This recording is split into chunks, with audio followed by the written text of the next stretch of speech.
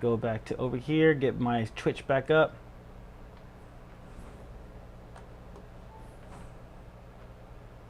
Get my Twitch back up. Go on my channel. Go to live.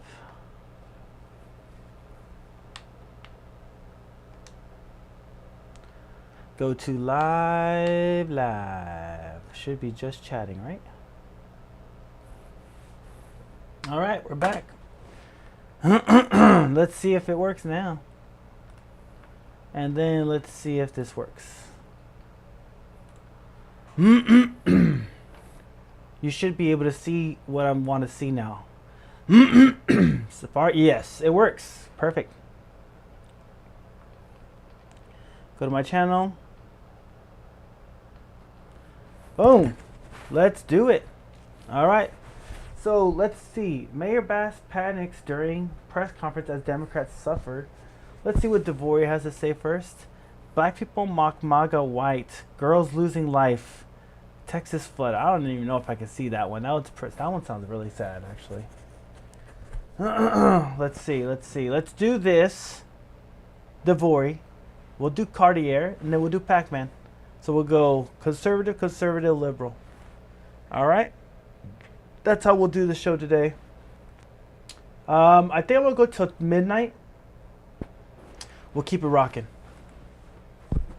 All right, so it's another day and another example of Democrats refusing to condemn the violence against ICE officials. President Trump also weighed in with his reaction, and the Department of Justice is now suing the state of California for violating Title IX. We're going to show you what both sides are saying in this video and then give you the bottom line.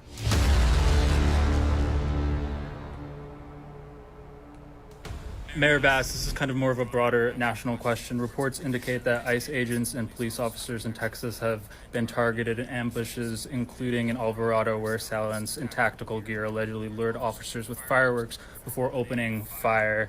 Given your strong opposition to federal immigration enforcement actions in Los Angeles, how would you address similar escalations of violence against law enforcement in Texas?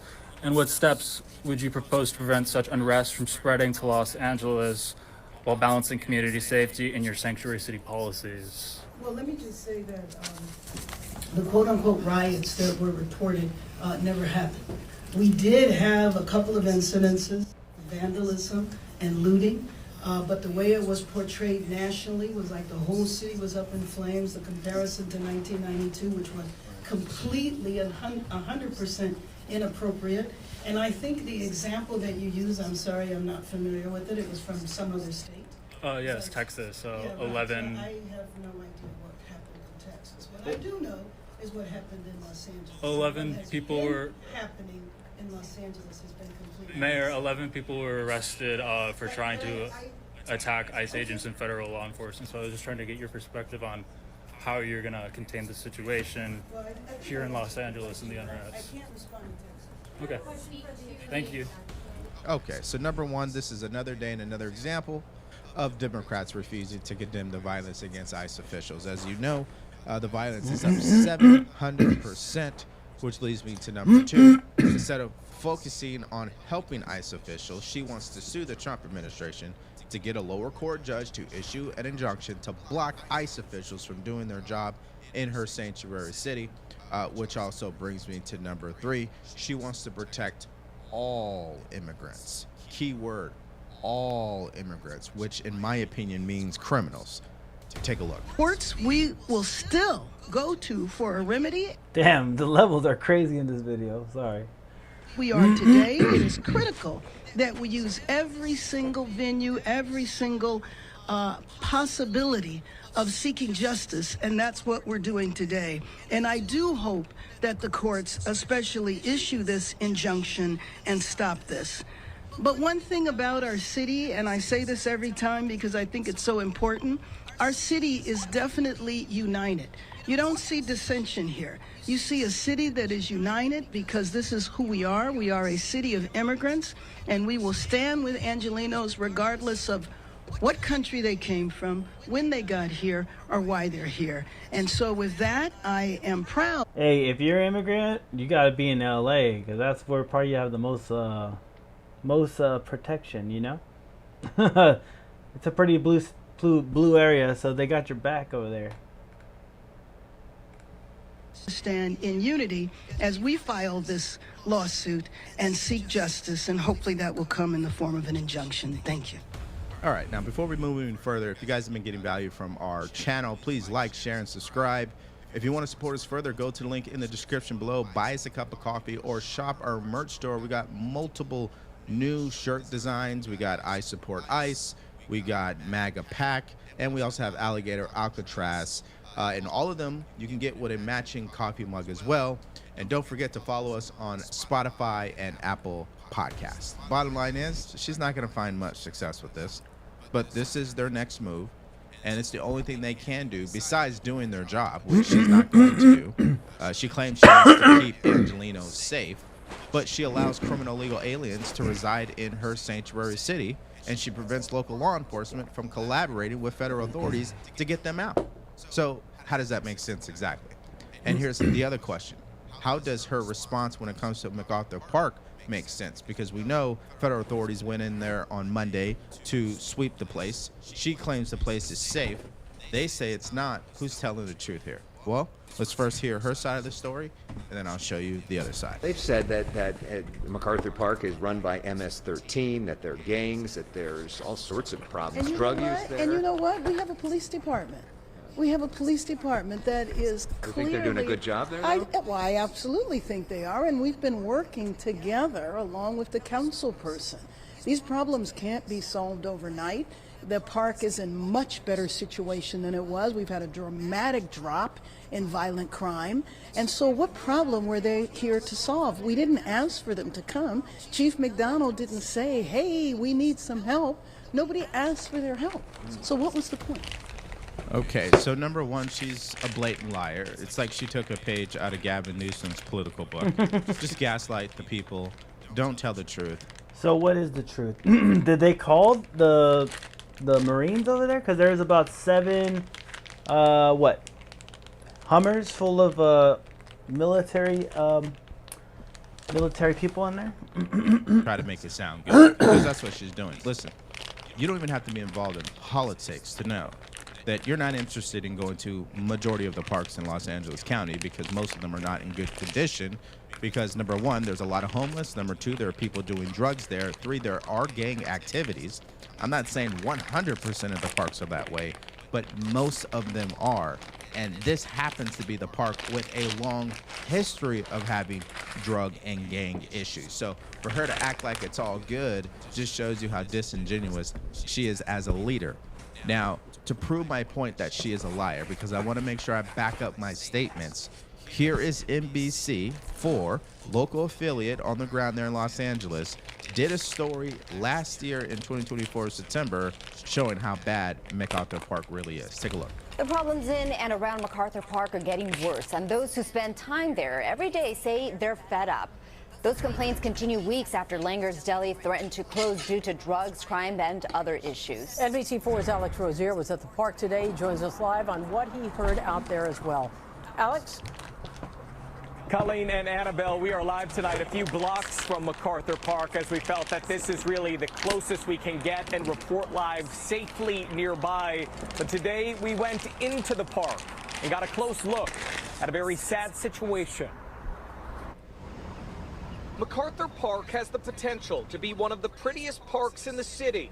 But if you visit it today, this is a sampling of what you'll see. This is a forgotten park. Complaints from the community continue weeks after Langer's Deli across the street threatened to close after nearly 80 years in business. I've been complaining about this for ages. Norm Langer blames nearby crime, drug use, and mental illness as a reason he's lost a third of his longtime business. It's somewhat out of control. The park is in Los Angeles Council member Eunices Hernandez district. She said in part, quote, "The challenges facing MacArthur Park are not new, but we are bringing in unprecedented resources to address the decades of neglect that have devastated the area. She later said her office launched a street medicine team and secured $3 million that will help people here who are in need of housing or impacted by substance use. All right, so one, where did they get the $3 million? Number two, did they actually spend the $3 million? Because we know if you were to do an audit on homelessness in California, they can't tell you where the money went. They can only tell you that it was spent. So again, this is a complete joke. I had to show you guys that clip because again, this is happening under Karen Bass, and it shows you how much of a liar she really is, and that she still refuses to condemn the violence against ICE officials, which takes me not only from the state level, but to the federal level with Hakeem Jeffries. You don't want to get in the federal courts, brother. You have less rights when you go to federal court. Was asked the same question about the violence. Here's what he said. Many of your Democratic colleagues are facing angry voters back in their districts. According to Axios, some are even being told they need to be more willing to go out there and get shot when fighting. That was a direct quote, get shot. When Get shot? Yo, that's wild. fighting back against some of Trump's policies. One House Democrat saying, quote, and I'll read it to you. Side note, my new mic just came in today. I'm really excited about it. I'll be probably using it tomorrow just so I could set up today. But I just want to let you know, we're leveling up, y'all. We're leveling up. This is going to be the mic right here that I'll be using in the future. Tomorrow. Own base is telling us that what we're doing is not good enough. There needs to be blood to grab the attention of the press and the public. How do you respond to that, Leader Jeffries? Are Democrats not meeting the moment, not doing enough to fight these developments? Well, we are in a more is more environment in terms of the unprecedented assault on the American way of life and our country that has been launched by Donald Trump and compliant House Republicans. More speeches, more rallies, more protests, more sit-ins, more press conferences, more town hall meetings in Democratic districts and Republican districts. We're in a more is more environment, and we'll continue to lean in aggressively. Okay, so that's all you need to know about this first story. Democrats refuse to condemn violence against ICE officers. This is not your father or your grandfather's Democrat Party. They are so far gone, it's not even funny at this point. Now, to back up my statement and why this is just getting out of hand, now you have Senator Booker and Senator Alex Padilla introducing a bill that would require ICE officials to show their ID when they plan to detain someone. Take a look. You have a new bill proposed by two Democrat senators, Booker and Padilla, California and New Jersey, requiring immigration officers to display clear identification while doing law enforcement work. I mean, it's so despicable that they don't. They're pretending they don't understand why these guys have to have their faces covered. You have a tweet from Geraldo Rivera, once of Fox News fame, saying it's deeply disturbing to see masked ICE agents sweeping into neighborhoods and parks, seeking anyone with brown skin. Memo to ICE, I don't blame you, I blame your bosses, but note this, a job cannot be honorable if it requires you to hide your face when performing your duty. The faces are hidden so people can't go after their families. Now, the problem with politics is usually logic is not factored in. So logic will tell you the reason why they're doing this, as you just heard, is to protect their families, to protect their identity, because they're dealing with people who are part of the cartel, MS-13, etc., etc. But that's not good for Democrats because we know they don't even like ICE to begin with. And quite frankly, they've already been encouraging their base to attack ICE officials, which we've seen in a multitude of stories at this point. Now, here is President Trump just this morning responding to this news. Take a listen. Two Democratic senators now, Cory Booker and Alex Padilla, have a new bill out. They want to require CBP and ICE officers to have legible IDs, and they don't want CBP or ICE officers covering their faces. Would you ever sign that? Well, they wouldn't be saying that if they didn't hate our country, and they obviously do. I'm surprised that they would do it. Knowing a little bit about them, I don't know them well, but these officers are doing a tremendous job. They're great patriots. If you expose them because of statements like have been made by Democrats and others on the left, usually, mostly, I think probably exclusively. I don't know how I feel about it. You put them in great danger, tremendous danger. And it's sort of funny when people picket in front of Columbia, in front of Harvard, and they have masks on, more than masks. I mean, you can't see anything. That's what I was going to say, too. When you're protesting, you have masks on, so if they're going to go against you, you know, with the police, they have the riot shields on, so it kind of distorts the face a little bit. I don't know. It's one of those weird things, like, to identify them, to dox them, and then same thing with protesters. They protect their identity, too. Nobody complains about that. But when a patriot who works for ICE or Border Patrol puts a mask on so that they won't recognize him and his family, so they can lead a little bit of a normal life after having worked so hard and so dangerously. So they could take off their SS uniform. No, I was kidding. What is that movie? Inglourious Bastards. There's a problem with that. So they have this is the problem with the Democrats. They have a lot of bad things going on in their heads. They've really become very, they've lost their confidence, number one, and they've become somewhat deranged. I want to do whatever's necessary to protect our great law enforcement people, and they are right at the top of the list. And what's fascinating to me is you have yet to hear illegal aliens being shot and murdered by ICE officials.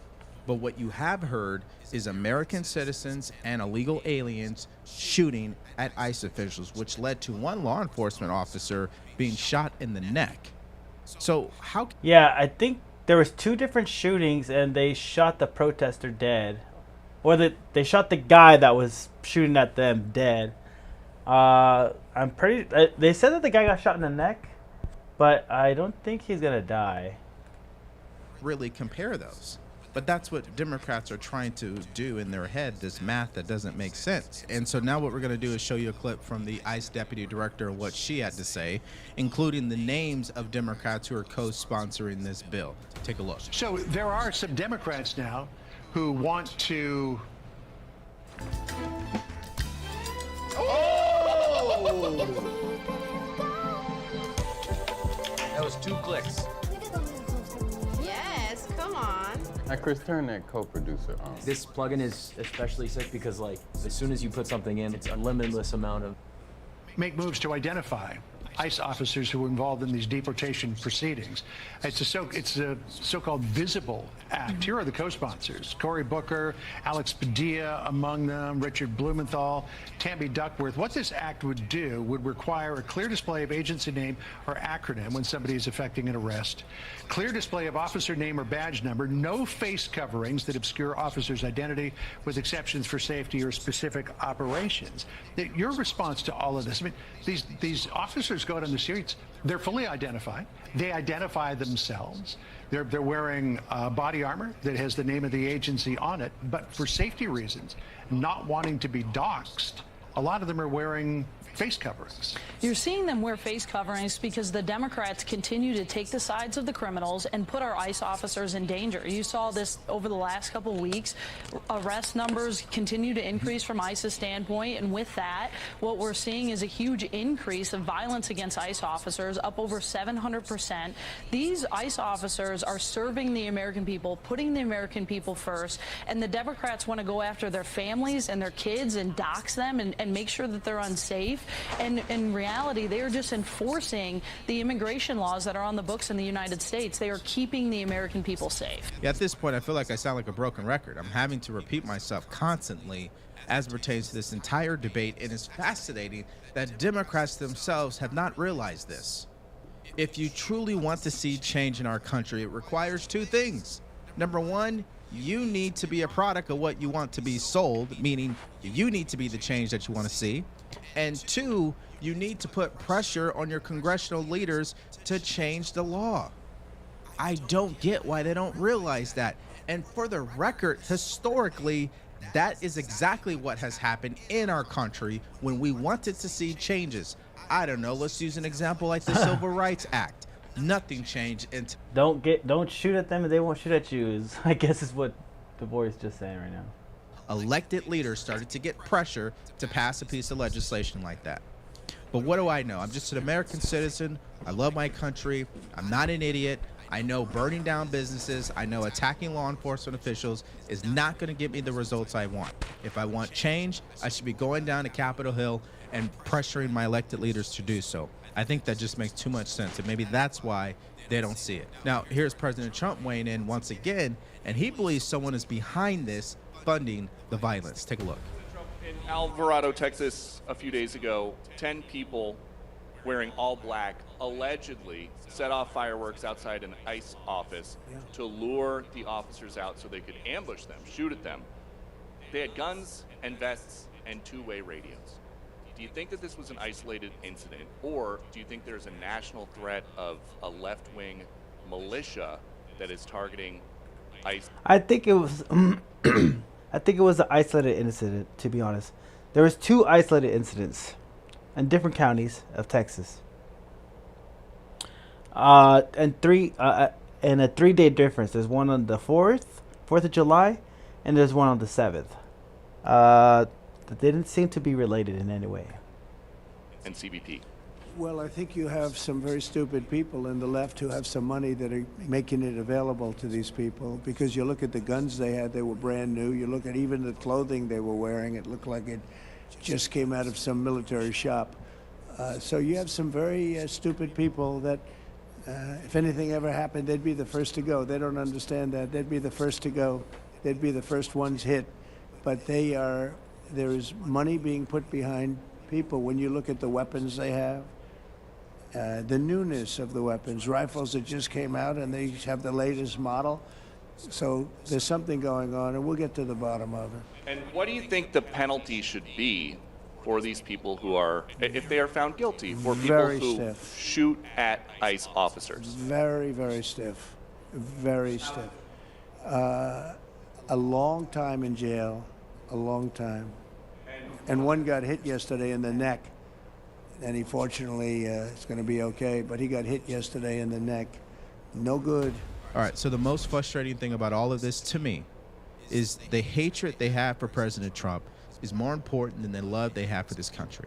And what I mean by that is, instead of attacking ICE officers, instead of disrespecting their service, their sacrifice, they should be protesting their congressional leaders. But as I say that, I know that makes sense. The problem is it won't make sense for people who are radical. So let's continue to pray that things do not escalate as it pertains to the safety and the well-being of these ICE officers. Now, let's go to our next story, and this is all about Gavin Newsom once again. Now, the timing of this announcement also is going to get overshadowed by the whole Jeffrey Epstein debacle because it involves Pam Bondi. They have now announced an official lawsuit against California for violating Title IX. What does that mean? California continues to allow boys to play in girls' sports, and now the Department of Justice is taking them to court over it. Take a look. The Justice Department. Dang, that's going to be some injuries right there.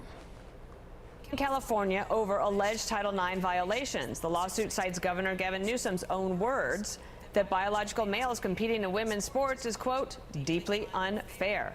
The Justice Department slams policies that eviscerate equal athletic opportunities for girls, and they also require girls to share in intimate spaces such as locker rooms with boys, causing a hostile educational environment that denies girls educational opportunities.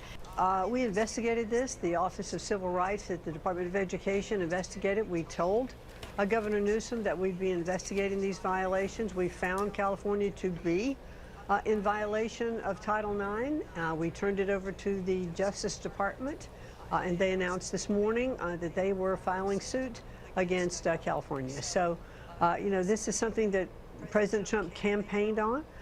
His promises made and promises kept.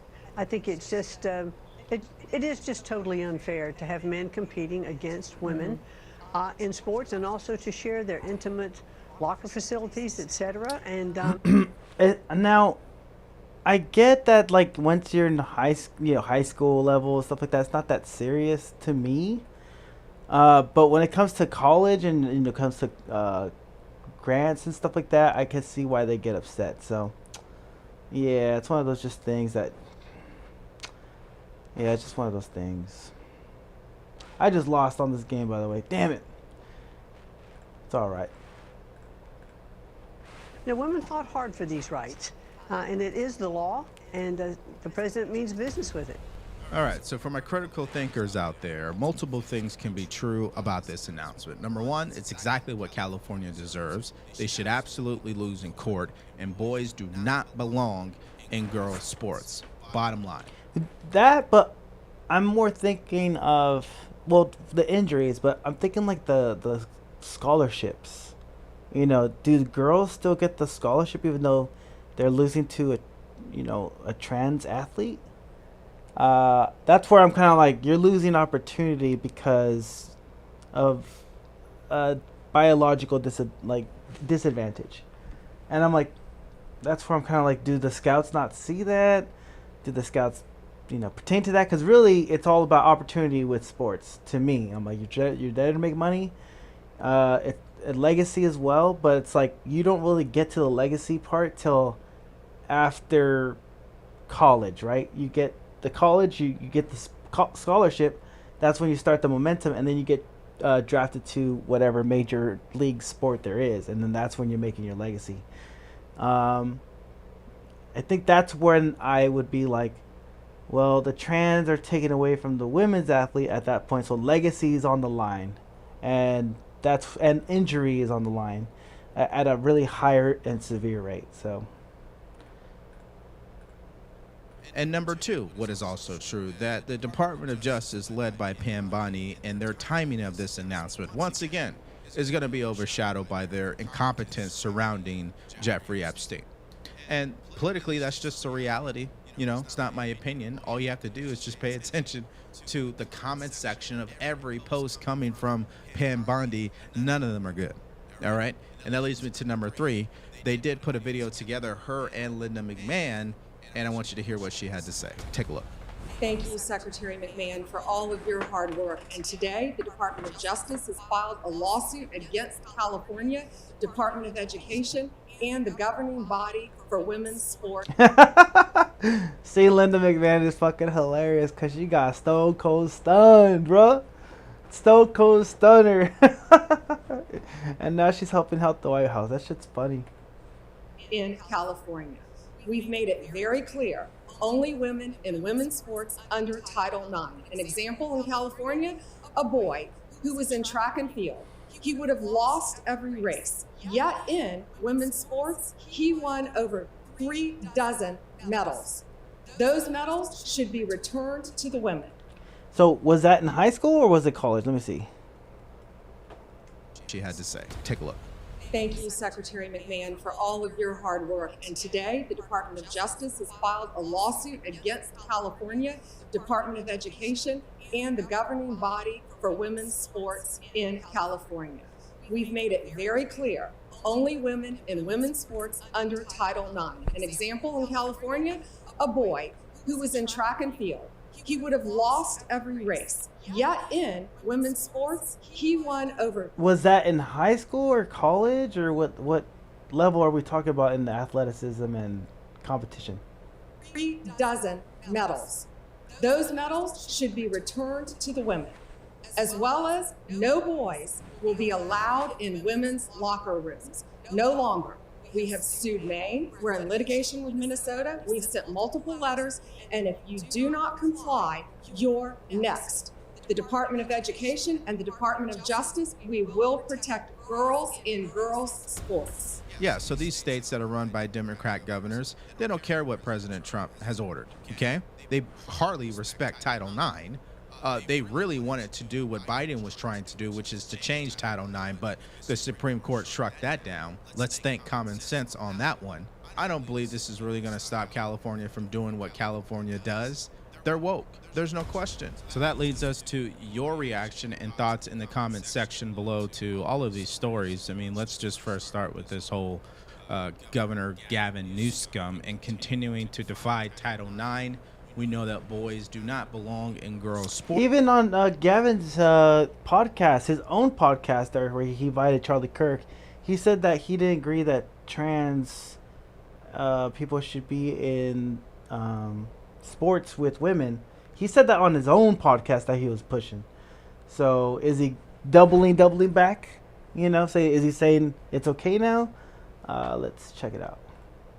but do you really believe that's going to stop him from doing anything about it? Now, secondly, Karen Bass, who is also making a fool of herself. She continues to lie about what's truly happening in Los Angeles, and she cares more about following lockstep with Gavin Newsom than she does actually being the mayor that she was elected to be. Just give me your thoughts about all of these stories in the comments section below. Now, late last night, the Department of Justice made a bombshell announcement. They are now investigating James Comey and John Brennan. This is the former FBI director and former CIA director in regards to the Russia hoax. Now, some people are not buying this announcement because they question the timing of it given the debacle of Jeffrey Epstein. But we talked about it, so if you guys want to check out that video, more stories from yesterday, all you have to do is click on it because it's coming up right now.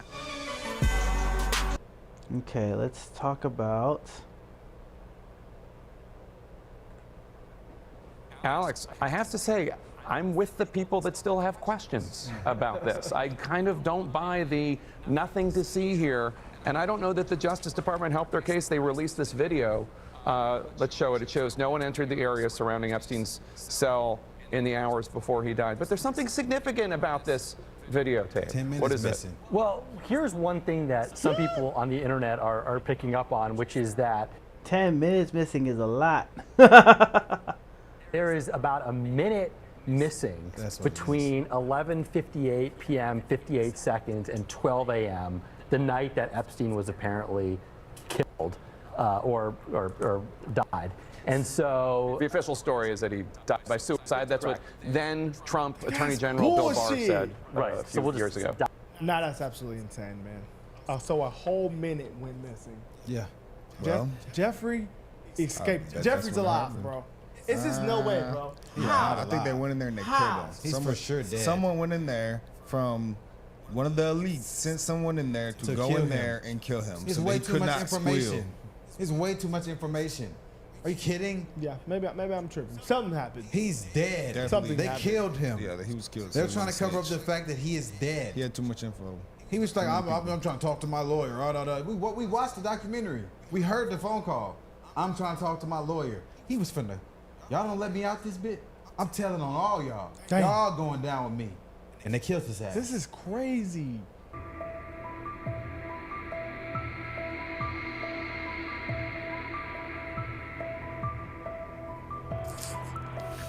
Well, that's when it happened. It's clearly what happened. But why wasn't he moved? Like, where is he at? He's in the cells. Oh, back here. No, behind one of those green doors. Oh, I'm tripping.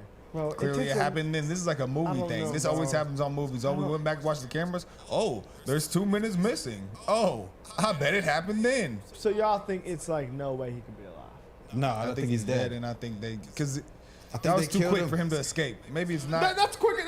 That's better. Like, if you're looking at this, that's a better assumption on him walking than someone killing him in a whole minute. Wait, couldn't they just do They an broke his autopsy neck. though? They did. His yeah. neck is broke. Yo, yeah. Did they see him? They seen him actually in the. So someone went in there and broke his Yes, neck. someone went in there and broke his neck and wrapped it. Yes, and framed the suicide.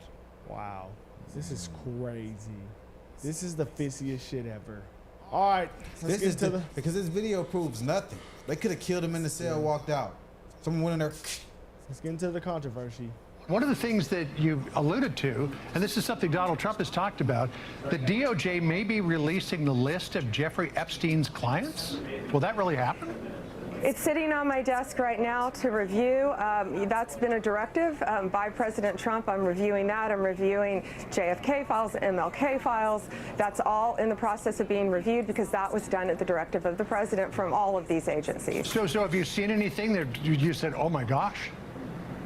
Not yet. You know, it's the same thing with Epstein's list. It's like, what the hell are these Republicans doing? I saw you make news this morning about that. I gotta get to that. You say that the FBI has Epstein's. Everybody's saying before that they do have the Epstein list, and then now they're saying they don't have the Epstein list.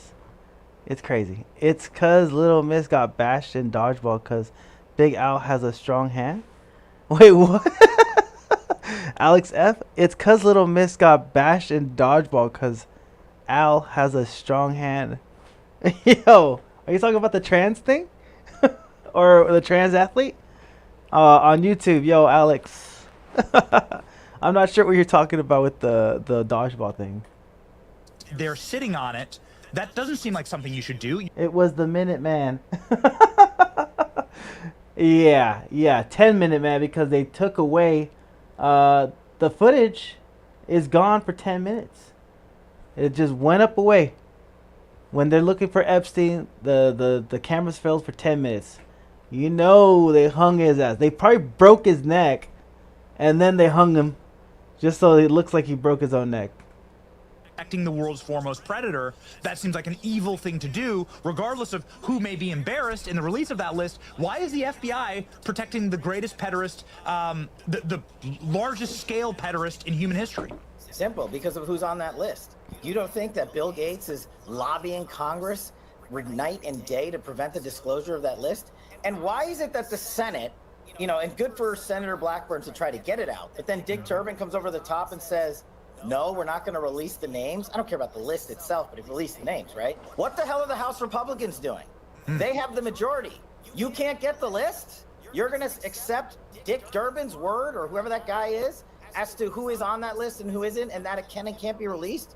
Put on your big boy pants and let us know who the pedophiles are. We have an election coming up, and we need to adjudicate this matter at the polls. God knows the FBI and DOJ aren't going to do anything. But how are you going to reward the FBI with a new headquarters building after their illegal surveillance on Donald Trump continues with a reauthorization of FISA, and we can't even get basic documents out? This is why America hates Congress. And this is why I'm tired of the Republican majority saying they're going to get the job done and failing. I was smiling because this motherfucker switched up so hard as soon as he looks scared, bro. He looks like his life is on the line.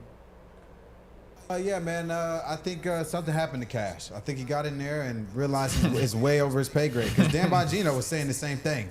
And both of them being implicated in the cover-up of this, I mean, it obviously diminishes their credibility completely. I mean, I got to be honest, but I'm not going to blame them because they're in deep. This is the deep state we're talking about. Millions of dollars. If they want to get you knocked off, they can do so. So obviously they're protecting themselves in their own interest. That's exactly what's happening. Kash Patel is fucking scared. He's going to get killed. Because you could tell when he was on the Joe Rogan show, he's shifting left and right. He's like, oh, there's no list. But he looks uncomfortable saying it. He looks uncomfortable saying there's no list. So it's like, there is a list. At respect, but I mean, like, because this is truly how he is singing. Exactly. This is the real him. So now that he's the FBI director, he says there is no list. But then Pam Bondi said the list was on her desk. And she also said that there was thousands of videos and all this. And then now they're saying there is no videos. At least, okay, this is what I'm going to say. If the Trump administration is going to send a message to the public, make it be the same message. If y'all can't say anything for some reason, then that we don't understand, then at least y'all be on the same page about it. Don't have Pam Bondi saying that there's thousands of videos and all this stuff and that there's the list that's on her desk, and then Kash Patel saying all this, and then he gets in the FBI as the director and turns around and says there's no list on Joe Rogan, and if he had it, he would give it to him. James Comer said yesterday that all the Epstein files are missing. Can you confirm what the status of them? They still haven't heard from you. No, the FBI, they're reviewing, there are tens of thousands of videos of Epstein with children or child.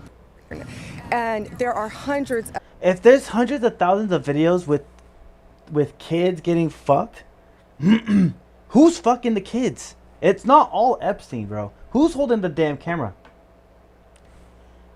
We need to see that footage of what's going on with those kids so we can point of who is actually doing that shit to the kids. Because I know it's not just him, bro. Victims. And no one victim will ever get released. It's just the volume, and that's what they're going through right now. The FBI is diligently going through that. I haven't seen that statement, but I'll call him later and find out. I said this from day one. This was the greatest mistake the Trump administration could have ever done, was promising to release this. And I said we weren't gonna, whatever we get is not gonna be the truth. I said that from day one. You can go find the video. I've said it. I knew this was all gonna be bullshit when they said we're gonna have it in February. Then they pushed it back a week. Then they pushed it back a week. Then they released the files to influencers on X. Oh, wow. Like, what was that all about? It's complete BS. What was that all about? It's also interesting that even J.D. Vance on Theo Vaughn was like, oh, yeah, we need to release the Epstein files.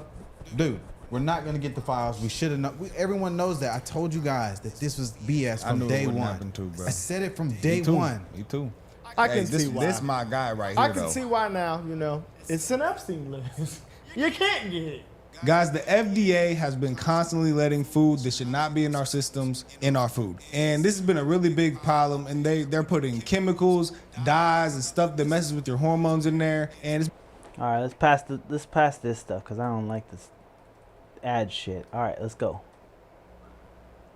506128. There is a reason why people are asking about this. This is by far, and I'm a supporter. 3 times I voted for this man. This is by far the biggest fumble of the administration they've had thus far, and here's the reason why. If you remember the president winning, he had a conversation with Fox News, the great Rachel Campos Duffy, and she asked, Mr. President, 9/11, yes. John F. Kennedy, yes. Epstein, he didn't say yes. He was a little bit hesitant of bringing that information out. Why? So why does his leadership team go out there and like, we have this information and we're going to release this and cash? And let me tell you what we have with Pam Bondi out of the state of Florida. She knew everything about Bondi, about Epstein.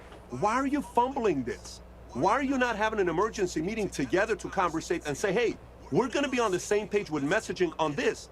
All you have to do is send a message to everybody, say, God, let's have a conference call. Here's what we're going to be saying about this, because this was a very important issue. Oh, I say what you're saying. All it took was a minute, man. It actually took 10 minutes. They took 10 minutes, but you're talking about the glitch. You're talking about the glitch, the minute glitch at the prison, right? I know what you're talking about. Yeah, they took out 10 minutes of the clip plus that glitch. So 80% of the voters that voted for President Trump, but I think 20% of the voters wanted to know what's going to happen with Epstein, and it's a big letdown. Normally when I come, I give a very positive message. My only suggestion, no more fumbles. You're having the greatest start ever as a president. There's going to be Nobel Prize, but a lot more than that. I believe he has a shot at going down as one of the greatest presidents of all time and competing for some of the like top 5 type of lists. But we have to have an emergency meeting and saying collectively, no more fumbles. That's facts, bro. I said the exact same thing. Y'all just heard it. Yeah, this was a fumble. I said from day one that this was going to be a blunder. And now not only has he tarnished the reputation of a lot of people in his administration, he's also hurt his own credibility, because now a lot of people in the MAGA base are very upset with this.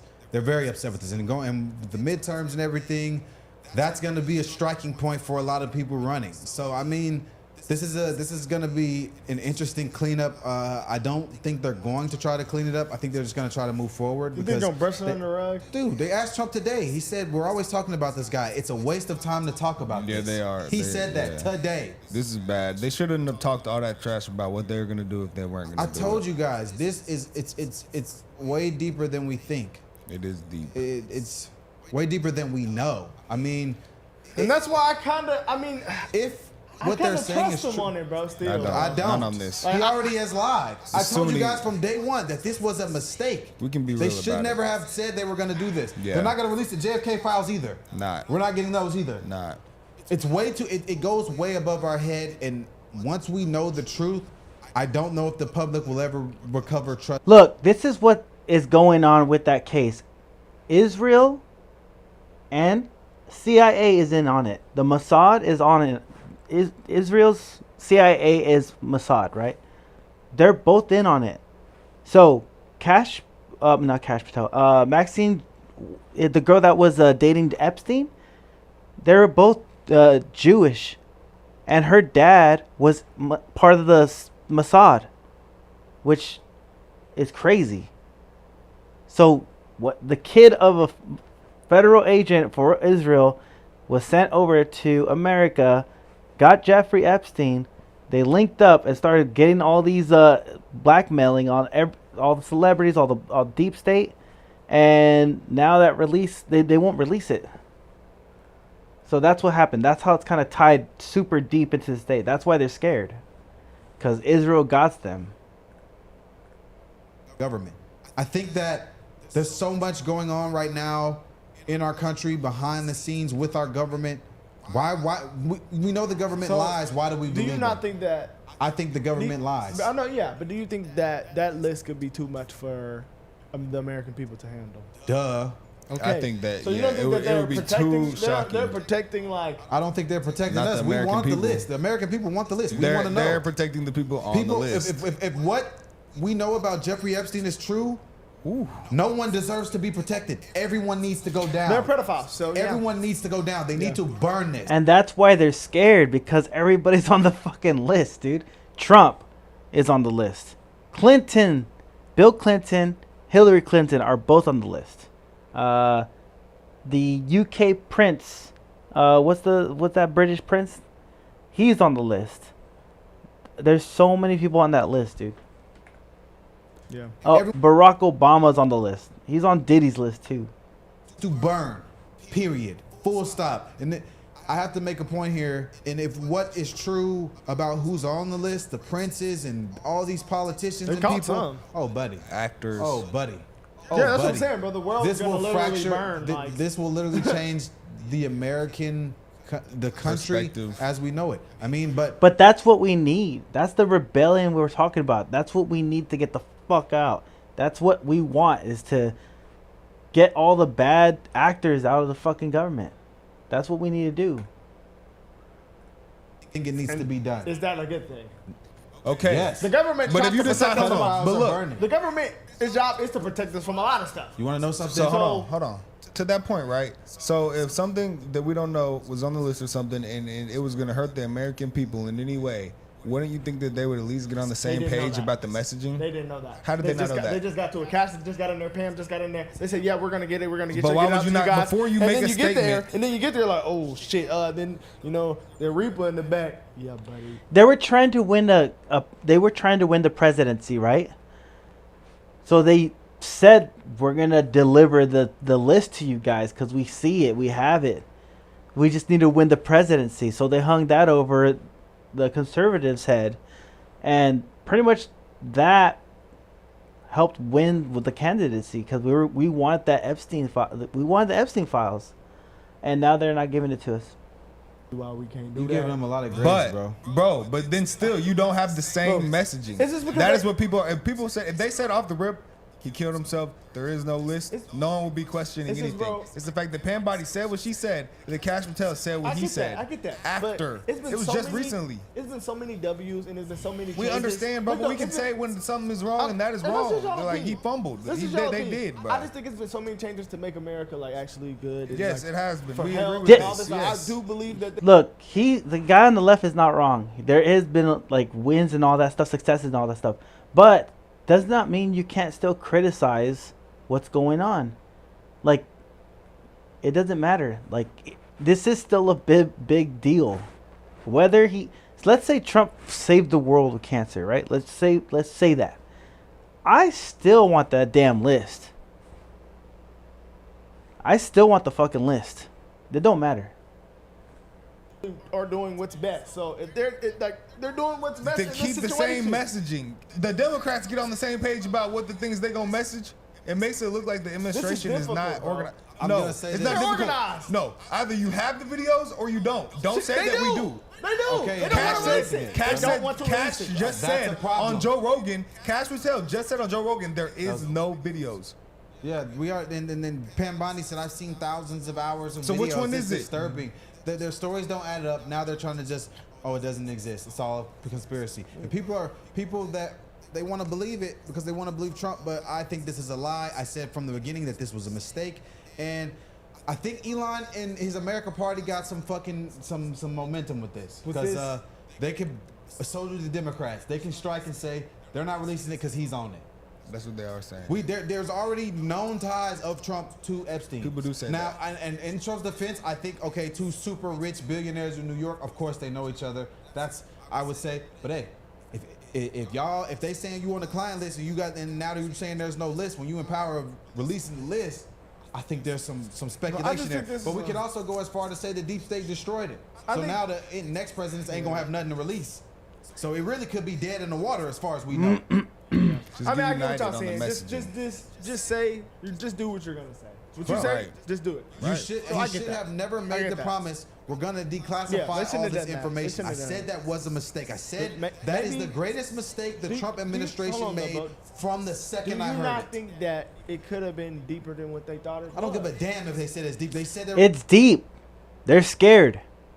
But that doesn't make it right to keep the list still. They got to release the list. Leave to the people now. We're not getting shit. Mistake. You lied. You fell short. That's the biggest fall I just feel like it's of the been- Trump administration. That is the biggest fumble. Like this I'm is not just finna a sit way here and to defend this shit at all. underline like all the W's that happened. I don't give a damn about all the other not. W's, man. Them huge Cool. W's. He didn't Cool. stop wars. we are happy about those. Jeffrey Epstein. Okay, all these wars, none of them were gonna That's be why- on American soil. If he No, I would've think it was a said- big deal. I think it was a big deal. All the stuff he's done. I think it's excellent what he's done. Like sure. PBD said. Yeah, but that doesn't excuse the fucking list. Doesn't matter. He could have all the greatest accolades. We still want that list, bro. I still want that list. We still want that list. Damn.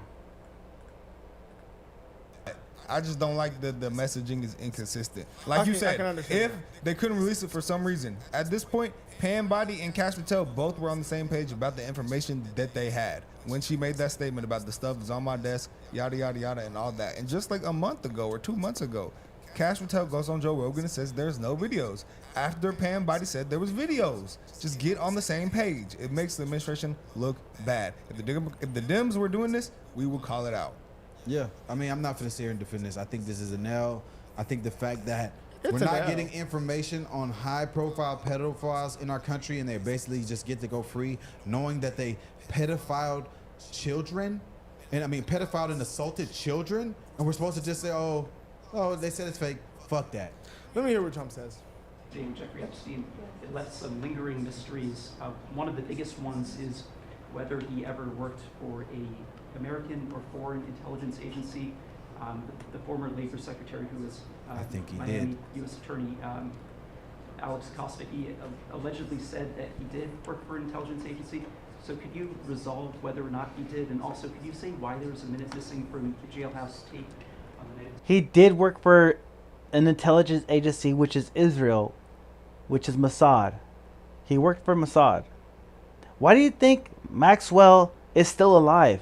She's still in jail alive because she's the daughter of the head of Mossad. That's why she's alive still. Jeffrey's dead. She's alive. That's his daughter. He's not going to let Americans kill her daughter. Or his daughter, sorry. Sure, if I Pam, could. could I just interrupt for Sure. 1 second? Are you still talking about Jeffrey Epstein? This guy's been talked about for years. This fucking clip made me piss the fuck off. You just announced it this week that there is no list apparently. And you've been saying there's a list. Now you're saying there's no, and now you don't want us to question it. You're asking, we have Texas, we have this, we have all of the things.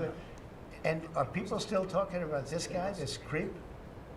That is unbelievable. Do you want to waste the time, and do you feel like answering? I don't mind answering. I mean, I can't believe you're asking a question. I don't like on that Epstein answer, At bruh. a time like this. You looking hella sus with that answer. Having some of the Deflection. greatest success and also tragedy with Sure. what happened That's in a fact. Texas. It just seems like a desecration, but you go ahead. Sure. First, to back up on that, in February, I did an interview on Fox, and it's Said been you're getting a gonna lot release of it. attention because I said I was asked a question about the client list, and my response was, it's sitting on my desk to be reviewed, meaning the file along with the JFK. No, this bitch fucking said there's fucking names. Her homie said there's names on this that are gonna freak people out. And we're gonna release that shit soon. Okay, files Review, as well. that was a key That's word. what I meant by that. What about the videos? Also, key to the word. tens of thousands of video, they turned out to be child porn downloaded by that disgusting Yeah, Jeffrey see, Epstein. nah, Child nah. porn is what they were. Nah. Never going to be released. Nah. Never going to see the light of day. to him being an agent, Nah. I have no knowledge about that. That's what I'm saying. There's only the files of just child pornography. That's bullshit.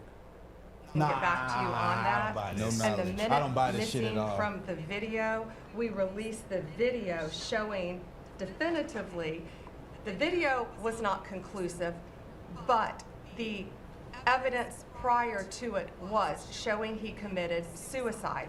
And what was on that, there was a minute that It's was off the questionable, for sure. counter. Nah. And what we learned from Bureau of Prisons was every year, every night, they redo that video. It's old, from like 1999. So every night the video is reset, and every night should have the same minute missing. So we're looking for that video to release that as well, showing that a minute is missing every night. And that's it on Epstein.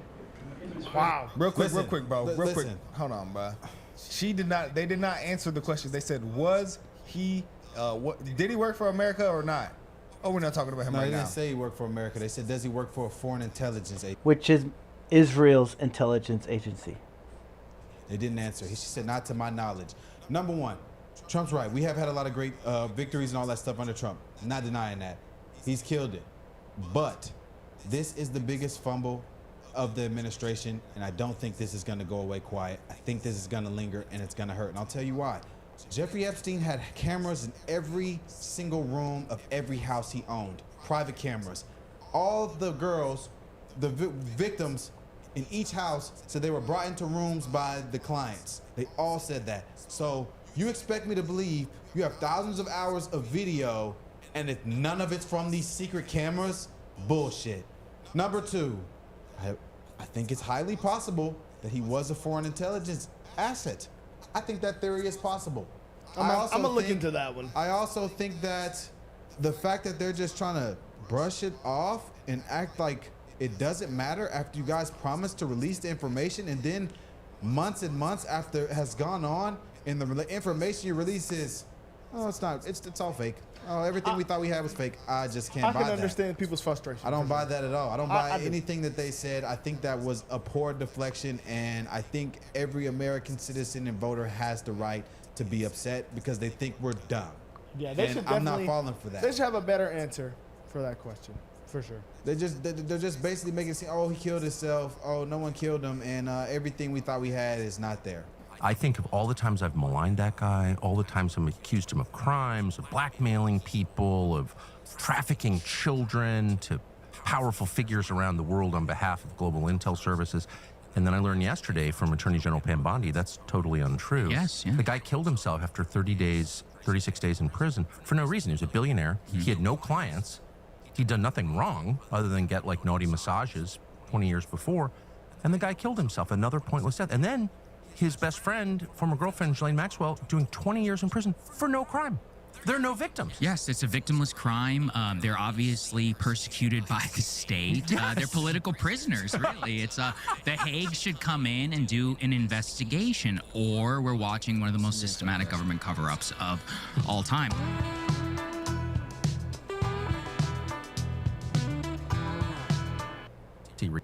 Yeah. With them. But when he killed himself, I remember thinking, people were like, he didn't kill himself. I was like, yeah, he probably killed himself. You know, he's in jail, whatever. His brother Mark called me a couple days after he killed himself. And so began this like 3-year-long conversation with Mark Epstein and looking into it in a way I never thought I would. He didn't kill himself. Yeah. He was murdered in his cell. Yeah. And I think that's really meaningful. It's the most secure federal lockup in the United States. How can that happen? Well, it can't look at the happen without story. state actors involved. That's okay? right. Look at the story that we were told at that time. Part of the information dump here by the administration is some hours of footage. We were told that footage didn't exist. We were told that this was some guards who were, off. I think they fell were on duty. They fell asleep. And none of it exists. And actually, it was all part of a screw up. And the camera angles wouldn't even be able to show anything. But that's why they're relatively confident. So where did this camera footage even come from? Well, the camera footage doesn't even. First of all, it ends before they take his body out. Right. Why can't we see that? Yep. And the angle on it is absurd. Yep. But the real question, just not to be pedantic, but the real question is, who are the other inmates on that cell block? So no one came in or out of the cell block. I think that's fair. It was the most secure cell block in that federal lockup in Manhattan. But who are the other inmates? And I went to Department of Prisons, which is part of DOJ, and asked, like, what are their names? Oh, we can't for privacy reasons. Really? These are people who can't vote or own a firearm? Yes. You know, for the rest of their lives? But somehow they've got like a HIPAA law or something around who's a federal inmate? Fuck you, actually. Yeah. Sorry. It made me so mad. Because, of course, if Epstein was murdered, and it's very clear that he was murdered by another inmate. That's right.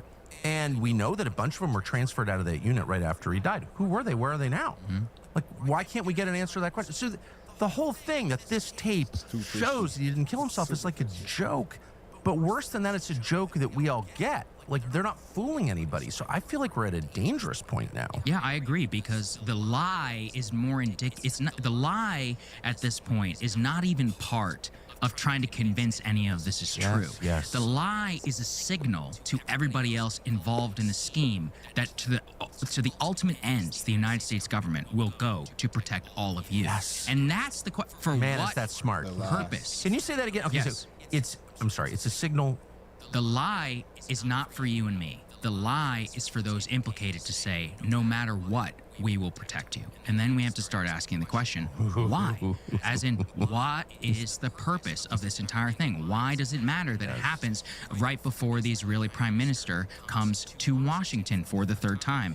As you said, what is the linkage here between those two? And the linkage is the fact that even a surface level view of Jeffrey Epstein, of the case, of the entire public record, reveals Alex Acosta, who said he belonged to intelligence. He said that. The person who was responsible for the Sweetheart 13-month deal. Alex Acosta, who is the U.S. attorney, said, and I believe he testified this in sworn testimony, said, I was told he belonged to intelligence. That was a key part of what... He belongs to the Israel intelligence through Maxwell, or Maxine, whatever the girl's name, because she's the daughter of one of the federal agents of Israel.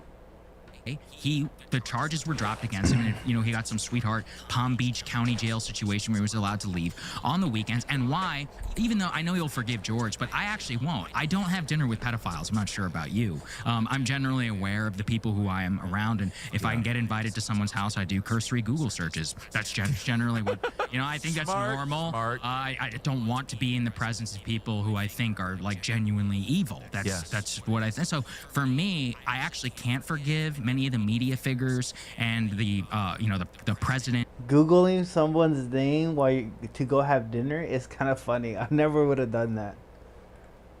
Like Bill Clinton, Kevin Spacey, all these other high-profile figures, specifically because it was all out in the public record. And then in particular, all of these high-flying Wall Street financiers and Deutsche Bank, remember, they were fined. I think it was the New York Financial Services. I read that entire report. It's one of the most extraordinary reports I've ever seen, because they specifically talk about how the bank ignored almost every single one of its own procedures that it would apply to any other client, and that at the highest levels, and remember, I think is the Barclays CEO, he's already been in trouble for this, for covering up much of this in one of the largest financial institutions in the entire world.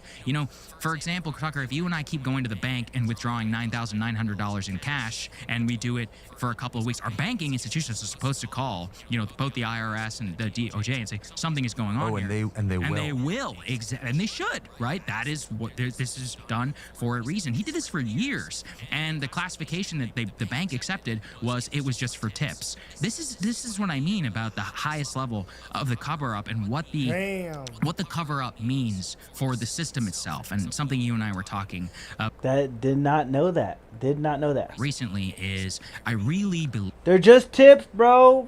Work at a bar, they're just tips. $9,000 tips weekly. Here, and I've never believed it more, that in a sense, for elected government and for all the benefits of our republic and of representation, that elites actually have always mattered, and of course they're the ones responsible for channeling public energy. This is the way that we're set up. I think there's way too many loopholes like these guys. I don't believe the story, and I think they're having a great conversation there. I think they're doing a nice deep dive, because there's so much that goes into it that obviously a lot of the public don't know, but I will say Charlie Kirk, the white guy, Tucker Carlson. I forgot who it is. Charlie Kirk or Tucker Carlson. One of their dads is a Fed. I forgot which one it is. I just think that the story is completely inconsistent and that we're not getting the truth, and the higher ups are being protected here, and us regular American citizens have every single right to be upset. I think this should be a signal to everyone who thought like, oh, the swamp was going to be drained, all the lies were going to be exposed, et cetera, should start coming to the realization that that's a promise that nobody will ever be able to fulfill. Somebody's above Trump. Duh. We knew that. Joe Biden wasn't running the country. This is a cover-up. I mean, obviously Trump is having plenty of wins, sure. But obviously, they didn't want that. What this proves is that this goes above his head as well. Yeah. So, like I said, this is the promising to release that was the biggest mistake the administration made. We should have known And when they released the binder with everything covered up. That was weird. That was bull. It's all weird. The fact that they gave it to random people on X because they got some followers. And then what did we get from that? Nothing. Bill a trophy. Nothing. I'm sorry, wow, guys. I mean, this is crazy. It's a cover-up. It's a cover-up. It's a cover-up. I don't buy this. It's a cover-up. Let us know what y'all think in the comments. Definitely a cover-up, bro. All right, let's look at what else we got. We're doing good on time. So far, an hour in. Not bad, not bad. I did want to see Pac-Man stuff. Let's do it. Let's hear some liberal side. There are hundreds of VPNs to choose from, but our sponsor, Private Internet Access, is the only VPN that can fully prove they are not logging your internet activity. There have been multiple real-world cases where the FBI came to PIA with a court order legally requiring them to hand over user activity logs, and Private Internet Access had nothing to give them because they don't log user activity in the first place. Private Internet Access's software is also fully open source, so users can verify for themselves that activity is never logged. You get 83% off, which is just $203 a month, and 4 months extra for free at piavpn.com/DavidP. The link is in the description. Welcome, everybody. Have you seen the latest authoritarian freefall of this administration? It doesn't make me happy to come here and have to report to you that our worst fears are coming true, that we have yet another step towards total authoritarianism. We've seen the deployment of military to cities and states, even when the governor and the mayor don't want it. We've seen attacks on media. We've seen the flouting of due process. We've seen this growing list of stuff that we would normally expect when reading a history book about 20th century authoritarian dictators. But it's Trump. It's the United States in 2025, and it's terrifying. And if you thought Trump couldn't get any more authoritarian, well, we now have confirmation that the Trump FBI, under the directorship of Kash Patel, and the Trump DOJ, under Attorney General Pam Bondi, have launched criminal investigations into former CIA Director John Brennan and former FBI Director James Comey. These are the same Brennan and Comey that Trump has spent years accusing of being part of the deep state conspiracy against him. And this is not satire. They, of course, have not been charged with anything at this point. It's just an investigation. But this is exclusively and absolutely political.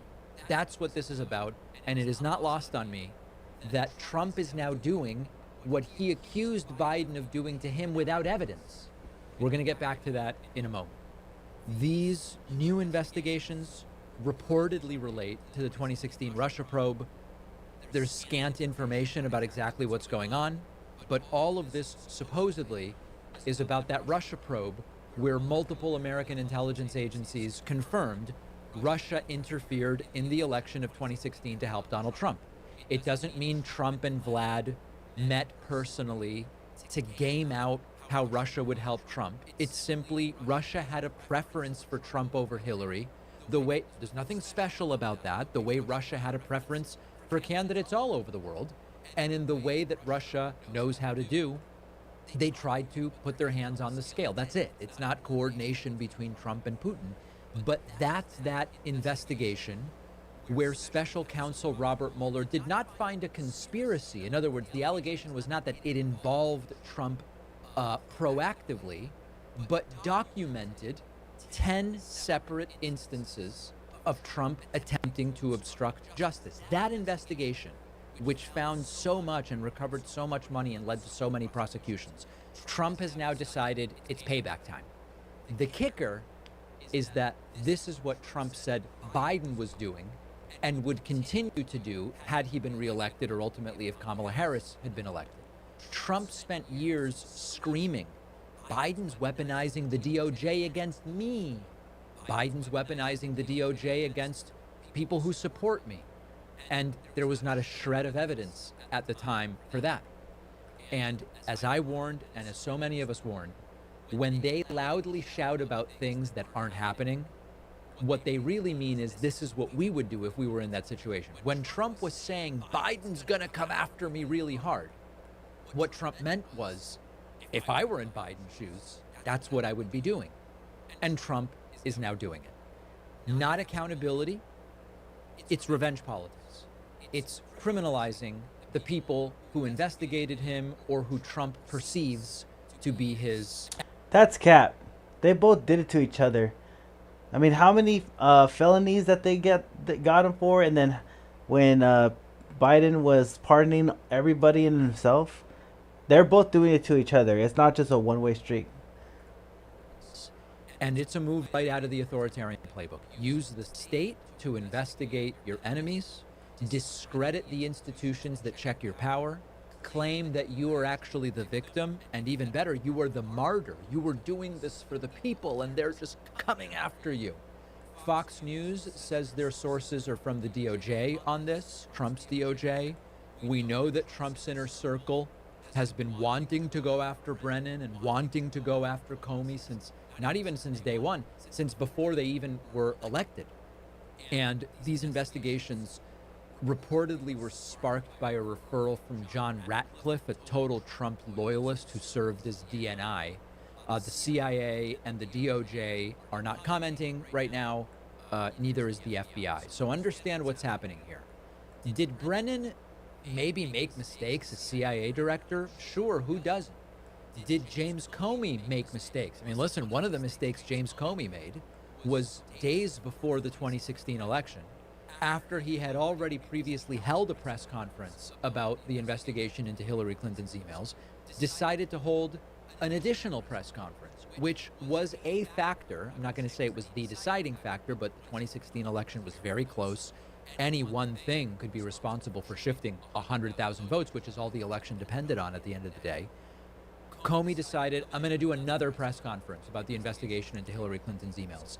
And some analyses suggest that that alone might have been enough to push Trump into the Oval Office. So it's not that Brennan and Comey didn't make mistakes. Every CIA director makes some mistakes. Every FBI director does.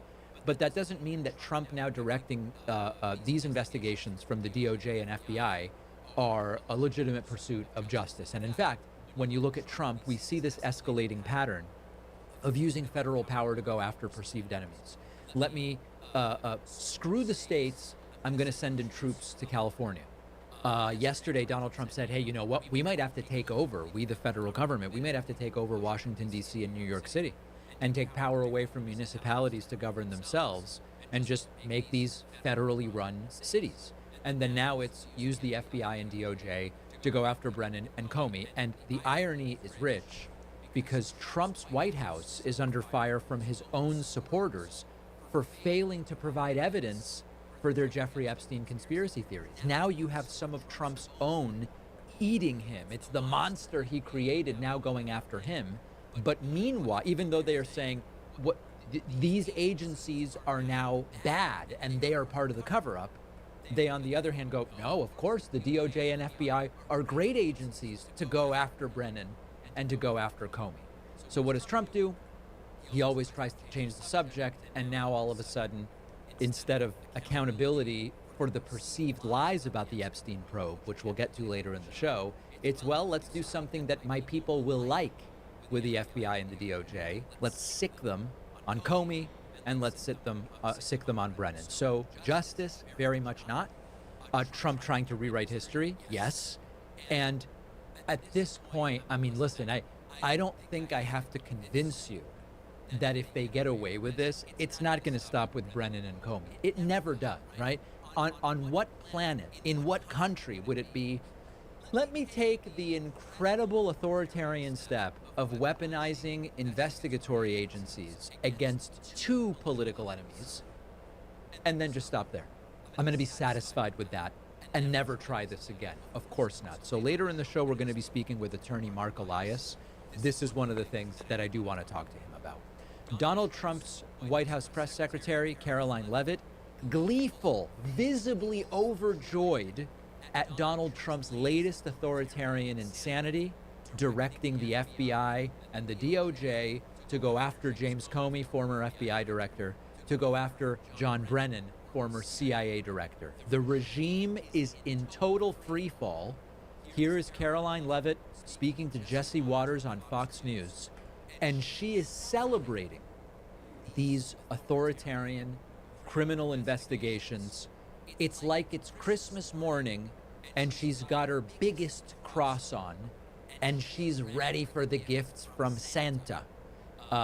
Here she is talking about how great this is. We're finally going to get transparency and justice and accountability. There's obviously something to that. We just heard Caroline, I don't know if you saw the top of the show. It looks like there has been an investigation opened up into James Comey and John Brennan, possibly lying to Congress in a conspiracy over the Russia hoax. What can you tell us about that? Well, I just heard that news at the top of your show, and I'm glad to hear it, because both of these disgraceful individuals turned against our Constitution and our country, and I'm sure they did, in fact, lie to Congress, and it's up to the Department of Justice to investigate that and to prosecute them if they did. And what we have seen is corruption at the highest levels against President Trump. The deep state threw everything at him to prevent him from coming back to this big, beautiful White House behind me, and he prevailed, and the truth must come out, and this administration is totally committed to transparency and to justice and to accountability. And we must have a rule of law in this country. We can't be a nation without law and order. That's what the president believes in, and I'm glad to see the Department of Justice is opening up this investigation. That's right. The people who don't want to answer a single question about why are Trump's hands so bruised and swollen? Is he getting IV medication for anything? They don't want to answer even that. But they are committed to transparency by weaponizing the DOJ and the FBI against their perceived political enemies. The people who haven't released a real economic report in weeks and who ran on draining the swamp, who end up filling government with their cronies and family friends, now are telling us the investigation into James Comey and John Brennan is going to give us truth and it's going to give us accountability. Give me a break. And so one of the things I think is important to do, and we'll talk to Mark Elias about this a little bit later, is we need to clarify that this is Trump using the federal government to fight vendettas against his political enemies. They do the same thing to each other, bro, so I don't really give a fuck about this, to be honest. To air vendettas, to prosecute vendettas. These are criminal probes. Politicians going after politicians is nothing new. The same two people who helped investigate Russian interference in 2016. The interference that every American intelligence agency confirmed did happen, even if Mueller couldn't charge a criminal conspiracy, which he couldn't. Comey led the FBI Trump-Russia investigation. Brennan ran the CIA when the U.S. concluded Russia interfered to help Trump. Trump has raged about these men for years, and now he's back in power.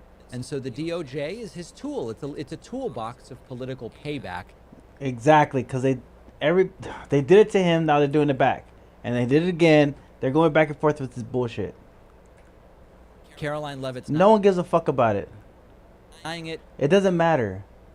Even if they're felons, whatever, they're still the president, right? Even if Joe Biden got caught with all that fucking Chinese business, it doesn't fucking matter. We don't care. He's celebrating it. Trump has claimed for years Biden's weaponizing the DOJ. What Trump meant was, if I were in Biden's position. No, it was real. They were weaponizing it. So he's weaponizing it back, and then they're going to weaponize it again, and it goes back and forth. They both do it. No one's innocent in this bitch. I sure as hell would be weaponizing the DOJ. And now Trump is doing what he falsely accused Biden of doing, launching DOJ investigations into people he didn't like, people who hurt his feelings, people who he blames for exposing what happened in 2016. And so this is much closer to dictatorship than it is to law and order. And the really scary part is this is not some rogue faction in the government doing this behind closed doors.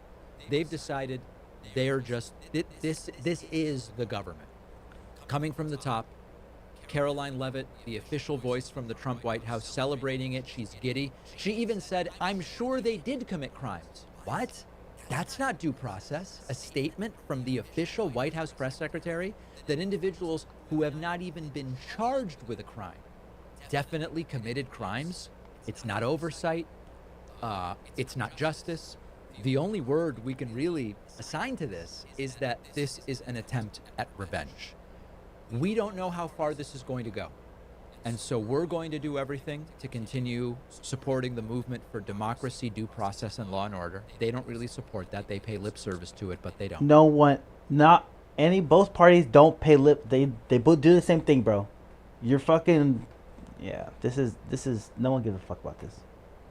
And so I invite you to join us on our YouTube channel, youtube.com/The David Pakman Show. Join us on our Substack newsletter, substack.davidpakman.com. Do you ever feel like you're being watched online? It's because that's the structure of this show.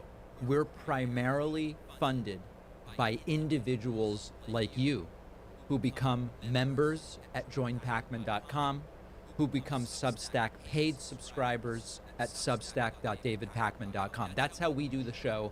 That's how salaries are paid for, connectivity, the studio, my ever problematic haircuts. It's all paid for. No, actually, I pay for the haircuts myself. If you want to support this pro-democracy movement that is looking to beat back these authoritarian surges, I invite you to get a membership at joinpakman.com. Remember, if you would like a membership but can't afford one, you can go to davidpakman.com/free membership, enter your email address to be put in line for a free membership. And of course, if you want to gift some memberships, we've got over 3,000 people waiting for memberships right now. You can go to joinpakman.com and select the This is a Gift box. When signing up, we'll gift that membership to someone on the waiting list. Donald Trump has done the unthinkable. He is now suggesting the federal government taking over American cities. Washington, D.C., New York City. Trump is talking about federalizing the cities of the United States like these are companies he's about to acquire. No shareholder vote, though. No press release, just a smirk and a mumbled comment at a cabinet meeting. We're looking into running D.C. It's like a casino he's thinking about flipping, you know? We have tremendous power at the White House to run places when we have to. We could run D.C. I mean, we're looking at D.C. We don't want crime in D.C. We want the city to run well. Susie Wiles is working very closely with the mayor, and they're doing all right. I mean, in the sense that we would run it so good, it would be run so proper, we'd get the best person to run it. The crime would be down to a minimal, would be much less. And, you know, we're thinking about doing it, to be honest with you. We want a capital that's run flawlessly, and it wouldn't be hard for us to do it. And we've had a good relationship with the mayor, and we're testing it to see if it works. But New York City will run properly. We're going to bring New York back. Just like it's, by the way, also New York City. We can run New York City as well. And why? Well, he's worried that Zohran Mamdani might become the mayor of New York City. And then all of a sudden, it's the tremendous power of the White House that would descend upon D.C. I say let New York do it, bro. Let them have the socialist state that they want. New York City.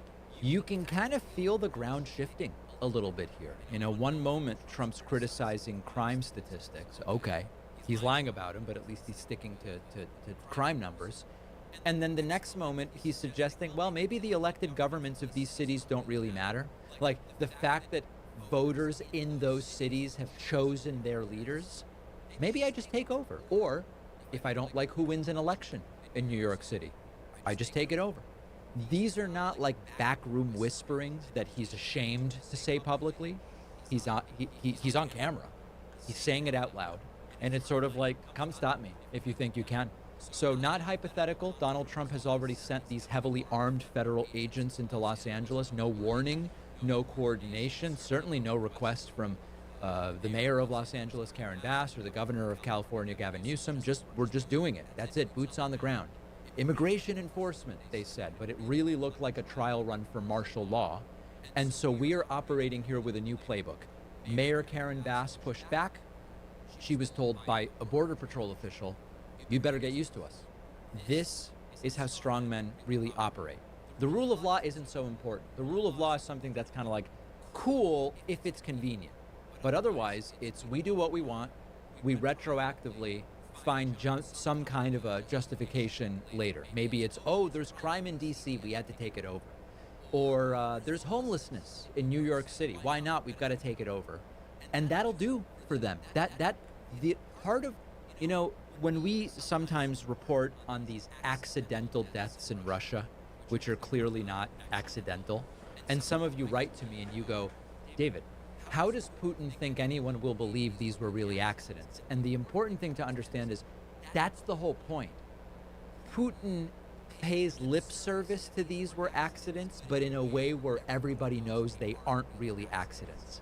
And that's the exact same idea here. It's we don't even respect you or care what you think enough to convincingly lie to you about what we're doing. We will deliberately, unconvincingly lie.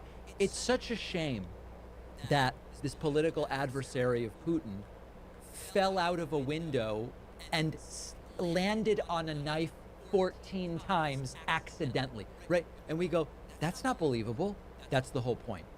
Part of the whole thing is we don't even care that you know we're lying about it. So you don't really need to squint to see the direction that this is going. It's DC, maybe it's New York City, then it's any mayor who resists, any governor who disagrees, any journalist who doesn't get in line. And Trump's not teasing out policy ideas. He's just mapping out the next phase. Consolidate power, centralize authority. Elections won't really matter if that's what Trump can do. And you read about this stuff in the history books. This is, if you want examples of how... Shout out Keon. We're just watching the liberal stuff right now. I was watching the conservative side, now I'm watching the liberal side for a bit. ...sees sort of hollow out. You can read about this stuff, 19th and 20th century history. Now, as far as sort of takeovers of cities or states, you know, after the Civil War, federal troops were stationed in some southern states. Okay. And there were people who said that's... Okay, so he's talking about martial law right now. So, yeah, he's saying after the Civil War, there was martial law because Abraham Lincoln couldn't get a hold of the states, so he declared martial law so he could get power over the states without litigation. And that's what he's going to say Trump is going to do, which Trump can do if they don't... I mean, he can do it. He really could. An overreach. But the critical difference was, after a civil war that was fought over slavery, federal troops were stationed in southern states temporarily to enforce civil rights. Right. To protect black Americans from white supremacist violence. So it was still controversial. It got pretty messy and brutal at times. But at least it had a moral core, which is, hey, we just fought a civil war. The North won. We're not doing slavery anymore. We are going to be there to protect the rights of people. Trump is proposing the opposite. Trump is like, let's use federal power not to protect civil liberties, but to trample on them. Let's use federal power not to respect democracy, but to tell the people of DC and New York, I don't care who you voted for, we're coming in and we're going to be the ones who have the power. So when we see countries slide into authoritarianism, it often happens from the outside in. Military coups, shadowy conspiracies, exiled leaders pulling strings. This is flipped.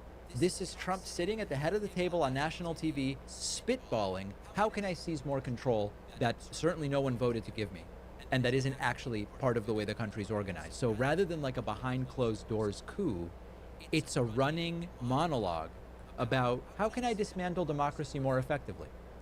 Fox is playing in the background, Trump sitting there with his water in front of him and going, yeah, we might do it. So rather than a bang, it's these small, surreal steps. It all starts to feel a little normal. Listen, we had troops in LA already. So it's oversight of cities. Maybe we'll do a little more of it in New York. Maybe we'll do a little more in DC. Again with the New York thing, bro. If they get the socialist in government, in the governor's seat, let them do what they want to do. They voted for it. Yeah, there's going to be grocery stores that are government owned. Let's just see if it works for them, and we can have at least a testing field for it. I don't think it's going to work because nobody likes going to the DMV, and that's government owned. How do you think the grocery store is going to go? But again, they voted for it. Let them try the socialist thing that they want to do. If they fail, they fail. And capitalists were right. So I don't see what the problem is. So Trump is not bluffing. We should not believe that he's joking. He's just telling us what comes next. The question is anybody going to listen? Donald Trump suffering a painful cognitive failure. Hey, Keon, what you think about all this shit? At a cabinet meeting on live television. Clear evidence of presidential cognitive issues that the corporate press is going to ignore. Bro, you want to talk about cognitive issues when Biden was fucking falling over himself? Dog. Because it's either... Shit's above the pay grade, for real. That's what Kash Patel said when he said, there's no fucking Epstein list. I don't know what the fuck you're talking about. He said the same shit. He looked scared as fuck. He looked like they're going to kill him. Trump, or he didn't mean it, or he was confused. Trump is asked by a reporter, did you, Ukraine asked the international court to go after Russia for using toxic chemicals in the war. Trump doesn't know what the hell's going on. Wait. Asks Pete Hegseth. Wait, what's going on?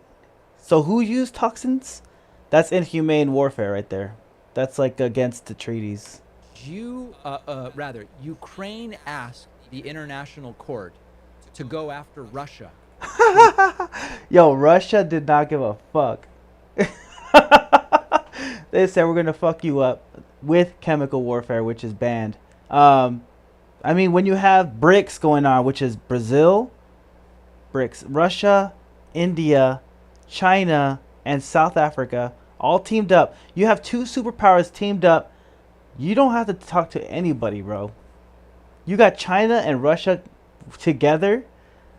Dog, you don't have to have any rules because you got two superpowers and we're the third one that got left out. And our economy's going down. Using toxic chemicals in the war. Trump doesn't know what the hell's going on. Asks Pete Hegseth very quietly, do you know about this?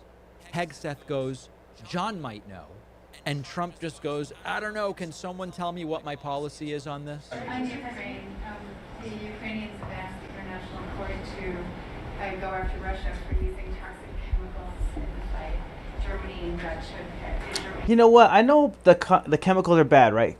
They're terrible because it's inhumane. But the drones are fucked up, bro. You have no way of fighting drones. And they swarm. The only thing you could do is try to shoot it or cast a net over it. Bro, I think drone warfare is probably the more inhumane shit because you can't even fight them. There's no shooting. It's just you get blown the fuck up. Everyone's had intelligence saying that. What does U.S. intelligence believe, and what do you believe about the use of chemical weapons? And would you agree believe that that's the case from court. While the question's asked, Trump knows he doesn't know a damn thing. He leans over and says, "What do we know about this?" And Hegseth is like, "Oh, John might know. John might know." Want to ask John maybe to discuss it if you'd like, John?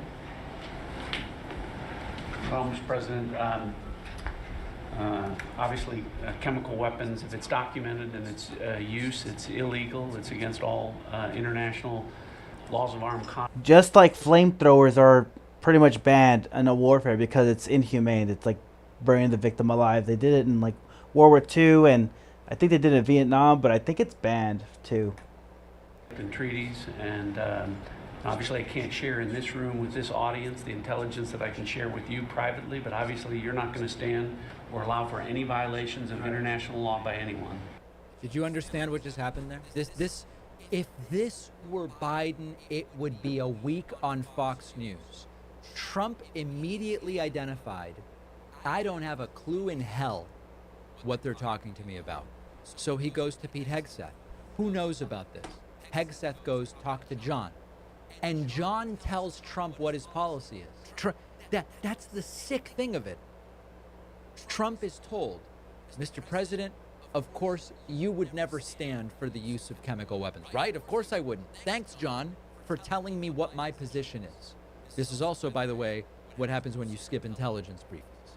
Trump then asked, did you approve of the pause of weapons shipments to Ukraine?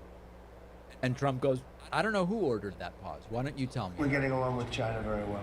Yeah, I heard that they were giving ammunitions and he didn't know about it to Ukraine, so extra money was getting to Ukraine without his knowledge. Something like that was going on. I mean, his cabinet's just not 100%, and they're going behind his back and doing shit, apparently. I think I heard my dog yet. Hold on, I'm gonna go check on my dog real quick. I'll be right back. While I'm gonna go check on the dog, I'm gonna go here, and I'm gonna put a quick music video. I'm gonna go check on the dog because I think it might be hungry on something. Hold on, let me go check on her. Let's see. I'll be right back. How you really feel watching me on my grind, baby? How you really drill hazy with the pop light? How you really feel waste away as time flies? How you really drill? Tell me how I don't shine. All right, my bad. Actually, a family member came home and I thought I heard something, so I want to go check downstairs because I just didn't want anybody coming in. She stopped for now. It was okay. Let me just text it. It was okay. All right, let's get back to it. Let's get back to this fucking thing. All right. Weapons to Ukraine, as you said last night. Last week, the Pentagon paused some shipments of weapons to Ukraine. Did you approve of that pause? We wanted to put defensive weapons because Putin is not, he's not treating human beings right. He's killing too many people. So we're sending some defensive weapons to Ukraine, and I've approved that. So who ordered the pause last week? I don't know. What did you tell me? Wait, what? Hold on. Who put the pause on the ammunitions? Got it. Trump asking the reporter, you tell me who in my administration ordered the pause. If Biden had said this, it would be news for weeks. You know what I'm thinking too? Russia has intelligence on us, and they probably got someone whoever is in our administration that takes care of the ammunitions. They said, hey, yo, hold off on the ammunitions while we murk the shit out of Ukraine for a bit. With 100 stories about his mental acuity, a shadow government, Biden's a clone, he doesn't know what's going on. And it is now a daily... Hey, Biden didn't know what was going on half the time. Occurrence, a daily occurrence, which under Biden would be, we gotta remove this guy. Trump is checked out. He doesn't have the mental acuity to understand anything. He then rambled about the Great Depression and wrongly stated that after the Great Depression, the United States implemented tariffs. Little problem with this. Tariffs were before the Great Depression. The country had a Great Depression, and then after the Depression, long after it started, they brought back tariffs to see if they could save it, but it took them really 25 years.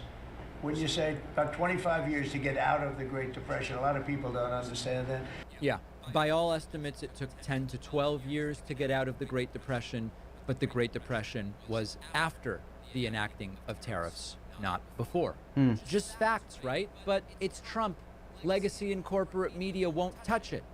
The cabinet meeting then went completely off the rails. Trump starting to talk about gold leafing the corners. Painted the room a nice color, beige color, and it's been really something. The only question is, will I gold leaf the corners?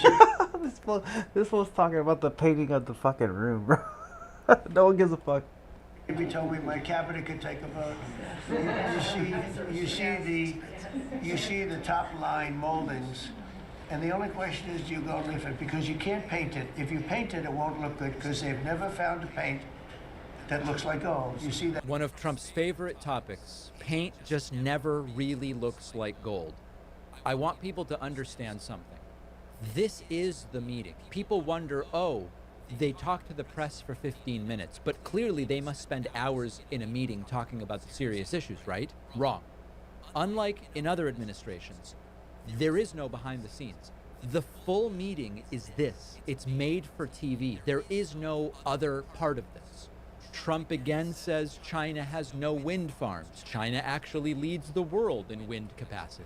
To what they'll be in about a year from now, but we're setting records. And wind is a very expensive form of energy. It's very bad for your beautiful surroundings, the plains and the valleys, and the birds are dying all over the place. You know, the whole thing is a disaster.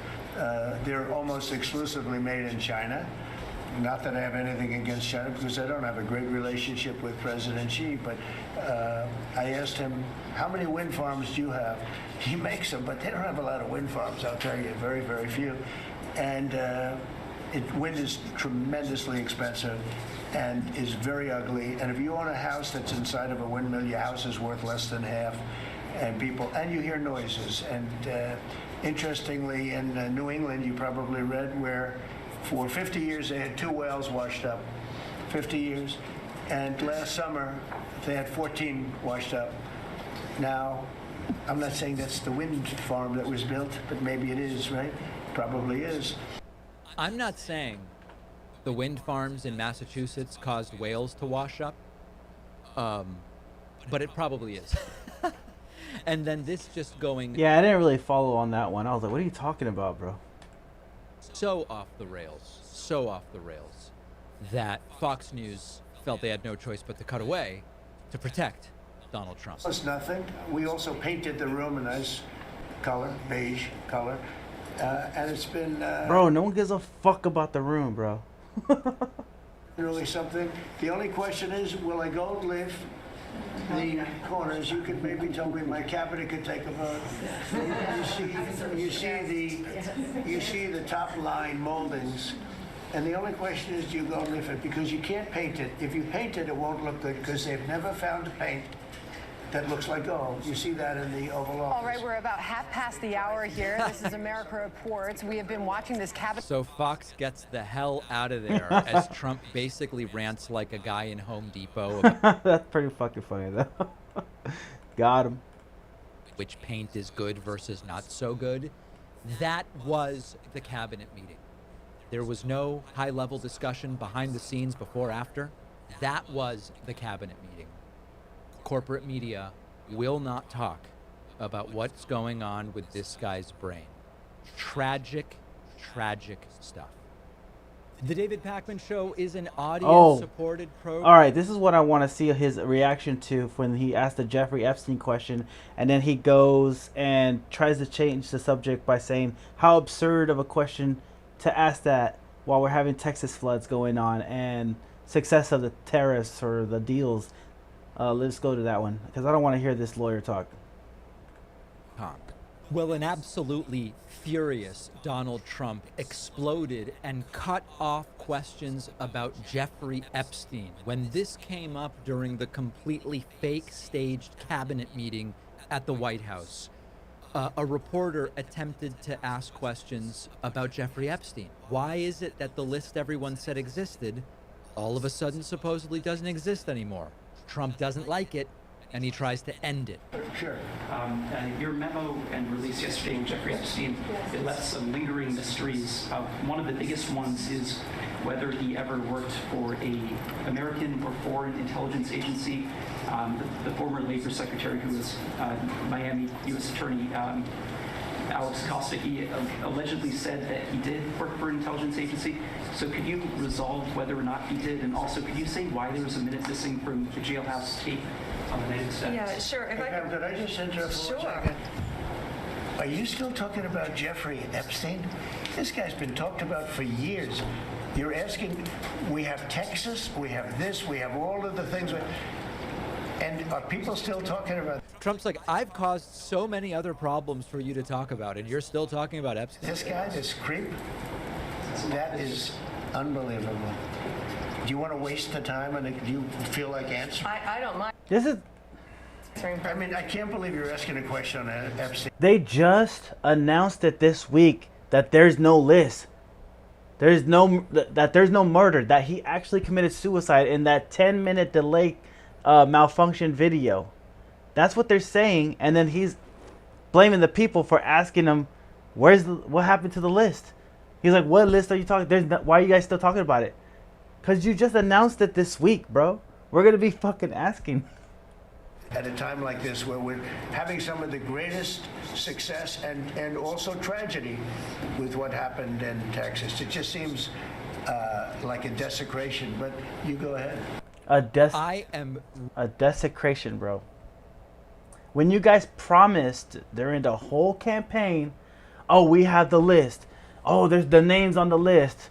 We can't wait to tell you the names on the list. And then they had social media fucking influencers with the binders. Oh yeah, there's fucking names in this list. And then now all of a sudden, what list? The economy, or trying to. I am decimating the federal workforce. I'm doing so much damage. And you want to talk about Jeffrey Epstein? Now, of course, that's not what Trump meant.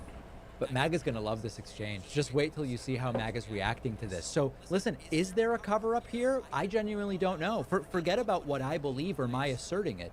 By their standards, any president who didn't release the Epstein files was covering it up. Trump is not releasing the Epstein files. They're claiming there's no list. Yeah. This is, okay, it's deep state. So it's going down again with Mossad, which is the CIA version of Israel, which they came over to Netanyahu, the Israel guy, came over to dinner, and all of a sudden the fucking evidence is gone. The same day the Jewish dude comes over for dinner, now the fucking Jewish list is gone. So now everybody that was on that list is gone, and the same person that's dealing with the evidence is Comey's daughter. Comey used to do FBI for the USA, so she's in handling the Diddy case and the Epstein case, and all of a sudden those two evidences are gone. So it's Israel and USA intelligence agencies working with each other. It's getting deep state, and everybody's fucking scared for their lives right now. And eventually Trump does allow Pam Bondi, sort of, to give like a non-answer, and she defends the missing minute from the hallway video outside Epstein's jail cell when he took his own life. Complete bullshit, by the way. It's not super convincing. Sure. First, to back up on that, in February, I did an interview on Fox, and it's been getting a lot of attention because I was asked a question about the client list, and my response was, it's sitting on my desk to be reviewed, meaning the file along with the JFK, MLK files as well. That's what I meant by that.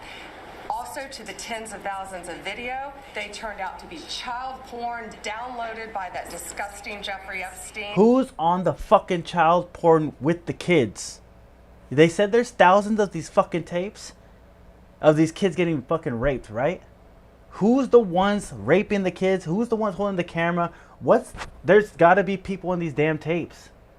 Give us the black book, give us the flight logs, and tell us who was on the tapes. At least we could start there and start like going to trial with everybody that's on the fucking lists. Child porn is what they were.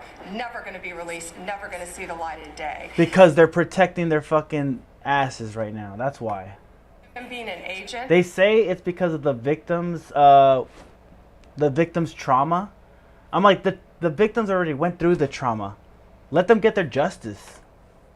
I have no knowledge about that. We can get back to you on that. And the minute missing. That is, by the way, folks, that is a shaky ass answer if I've ever heard it. From the video, we released the video showing definitively the video was not conclusive, but the evidence prior to it was showing he committed suicide. And what was on that, there was a minute that was off the counter. And what we learned from Bureau of Prisons was every night, they redo that video. It's old, from like 1999. So every night the video is reset, and every night should have the same minute missing. So we're looking for that video to release that as well, showing that a minute is missing every night. And there's 10 minutes missing above that 1 minute. And supposedly the guards went to sleep that very same night, and then he broke his own neck and somehow hung himself. How do you fucking hang yourself and break your neck at the same time? That don't make sense. You're suffocating, yeah, but you're not gonna fucking break your own neck. I am not an Epstein conspiracy theorist. This answer just strikes me as someone who is using the most careful language possible to avoid saying something. I don't know what it is, but the important thing is I'm not the one who was asserting the conspiracy. It's the MAGA people who were. And if that's what they were asserting, by definition, Trump and Bondi are now in on the conspiracy. Now, everybody's in on the conspiracy. It's bipartisan. Both parties are in this fucking shit. Nobody wants that list out. The Democrats and the Republicans unanimously don't want this fucking list out. It's not just the fucking right. It's not just the fucking left. It's both. And Israel. That people are talking about this at all related to Trump is Trump previously described Jeffrey Epstein as a friend who likes beautiful women, including very young women, was pictured hanging out with Jeffrey Epstein and sort of like observing and evaluating women who were dancing, rode on Epstein's plane, and Trump has gone back and forth endlessly about the declassification of the Epstein files in what is an increasingly suspicious manner. So what I do have to acknowledge is I have always said, you will never see those files under Trump, period. Period. Under anybody, period. And that's what we're learning, and MAGA's turning on Trump. The MAGA sphere is increasingly enraged with... And I will say this, at least it's the right that's fucking doing it, because I don't even know if the left would ever come up on their own Democratic Party like that. To be honest, they wouldn't even fucking mention the list. Because he and Pam Bondi and Kash Patel and Dan Bongino are saying we're not going to release the Epstein this or that. The list doesn't exist. There's no relevant video, even though that's the opposite of what they were saying for years. Let's take a look. Here is Megyn Kelly. We're going to go through everybody from MAGA who's turning on Trump. Here's Megyn Kelly, very angry with Pam Bondi. Kind of an attorney general would pretend she's giving new information to some of the president's most loyal advocates in the press, you know, buying ink by the barrel. So either Pam Bondi knew she was about to embarrass some of his most loyal surrogates out there and did that willingly, or she didn't take the time to make sure. Yeah, the fucking idiots with the damn binders, bro. The fucking influencers. What was in those binders. She was too lazy to actually figure out none of this is new. And yet she called a meeting with the influencers that included Kash Patel, the head of the FBI, and the sitting vice president. So she's either lazy and incompetent, or she willingly humiliated some of the president's most loyal supporters. Now, Megyn Kelly's being careful not to go after Trump yet, but Pam Bondi is Trump's pick, and she is going scorched earth on Pam Bondi. We then go to Patrick Bet-David. Remember, these are all serious Trump supporters. Megyn Kelly showed up, and I think she even spoke at a Trump rally. Maybe she just went on stage and hugged Trump, but I think she spoke. Patrick Bet-David, overt supporter of Trump, he says this is the worst thing that's gone on so far. You talking about Epstein? Yeah. I think, good to be back on with you, buddy, but this is what I will tell you. The #1 trending hashtag right now on X is Epstein. 2 million people have tweeted with the topic of Epstein. #2 is Nicki Minaj at 100,000. Comey's at 42,500. There is a reason why people are asking about this. This is by far, and I'm a supporter. 3 times I voted for this man. This is by far the biggest fumble of the administration they've had thus far. And here, There's 2 big fumbles. There's this, and there's BlackRock taking over the Panama Canal. Because I guess China was going to take it over, and then they got BlackRock to buy it instead. And BlackRock is a fucking huge issue too. Those 2 things are on my shit list. reason why. If you remember the president winning, he had a conversation with Fox News, the great Rachel Campos Duffy, and she asked, Mr. President, 9/11, yes. John F. Kennedy, yes. Epstein, he didn't say yes. He was a little bit hesitant of bringing that information out. Why? Right. So why does his leadership team go out there and like, we have this information and we're going to release this and cash, and let me tell you. Because they didn't know how deep it was. They didn't know that Mossad and CIA were working together to get the blackmail on everybody. They didn't know that. And then Netanyahu, the head of Israel, came through and put his fucking cock in their fucking head and said, you ain't releasing that list because I'm going to use that list against them. We have with Pam Bondi out of the state of Florida. She knew everything about Bondi. Oh, and by the way, Trump, here's a letter for your recommendation for a Nobel Prize for bombing the shit out of Iran. About Epstein. Why are you fumbling this? Why are you not having an emergency meeting together to conversate and say, hey, we're going to be on the same page with messaging on this? All right, so Patrick Bet-David thinks it's no good. We then go to Tim Pool, another overt Trump supporter, voted for Trump. Tim Pool says Pam Bondi's obviously lying. The DOJ has released a 2-page memo stating that there is no Epstein client list and nothing uncovered would predicate criminal charges against any third parties. That is, my friend, you were all wrong. The conspiracy theories were all wrong. Jeffrey Epstein was simply a financier with a lot of rich friends who got arrested for trafficking and then killed himself. And there was no evidence about anything else, and he did everything by hand personally. Let me just cut through the BS. I am going to break this down. It's an obvious lie. I'm going to tell you why I think they're lying, and I think it's pretty obvious. But this is probably the most obvious lie of any lie ever told. And one need only logic and facts to break this down. There you go. That's Tim Pool. Benny Johnson says, guys, hold on a second. They're obviously not telling us the truth here. This is absurd. Pam Bondi was talking about Epstein, Kash was talking about Epstein, Bongino was talking about Epstein, Elon Musk was talking about Epstein. Trump has been talking about Epstein. He started his presidential campaign in 2016 by linking the Clintons to Epstein. What possible interest would the U.S. government have in keeping Epstein's clients a secret? Oh, if you're a journalist and you're not asking questions about this case, you should be ashamed of yourself. What purpose do you serve? I'm sure there's a middle-class teenager somewhere that you could be harassing right now, but try and do your job once in a while, says J.D. Vance, about asking questions about Epstein. J.D. Vance, real tweet. Carolyn Levitt, same thing yesterday. And just kind of like, effectively saying, there's nothing to see here. We have been transparent. But this is just not how the American people feel on this issue.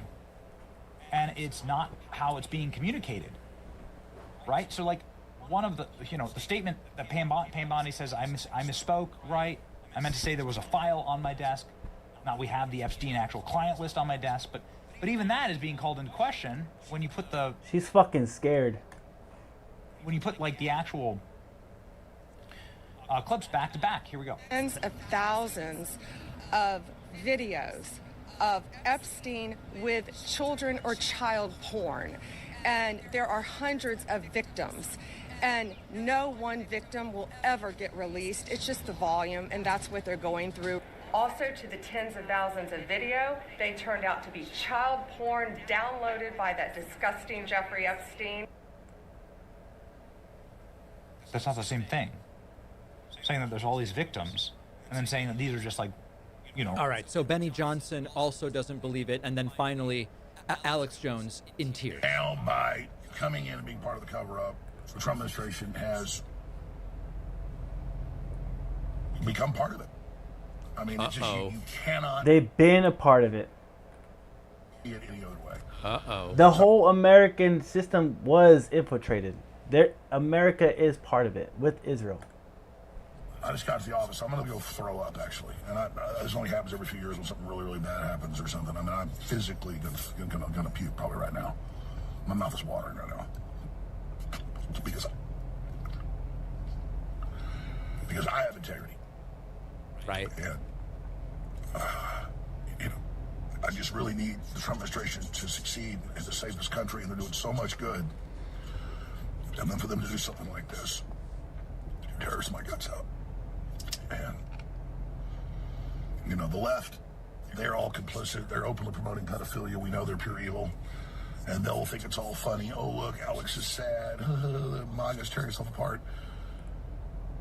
Your globalist masters literally want you to eat bugs and live in a 5G, 200 square foot coffin apartment. Look at the left. Look at them all posing with their Pfizer shots, looking like dead zombies. I mean, come on. You guys are sick. And so you shouldn't look at those of us that have a soul still and have integrity in pain over this and celebrate. You dumb. Listen, the specifics matter less than the fact that this is not like one guy. This is not, oh, all Republican senators are on board with Trump, but here's Rand Paul, who's like, I don't really like this. This is the totality of the audiences of these people, MAGA people, is significant. And so I don't know where this leads, but they are going to have to do better for their own. This is for the monster they created. This is the problem with the left. They think it's all on the one side. It's both parties, bro. It's both parties.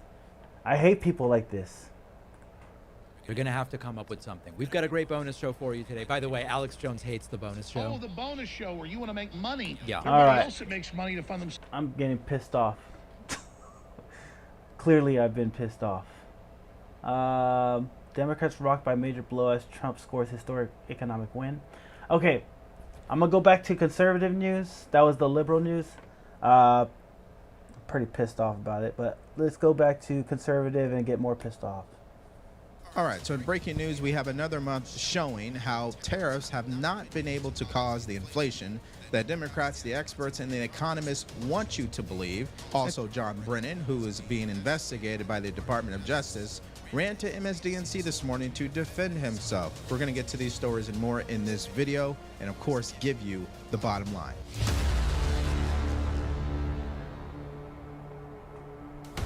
Let's work together.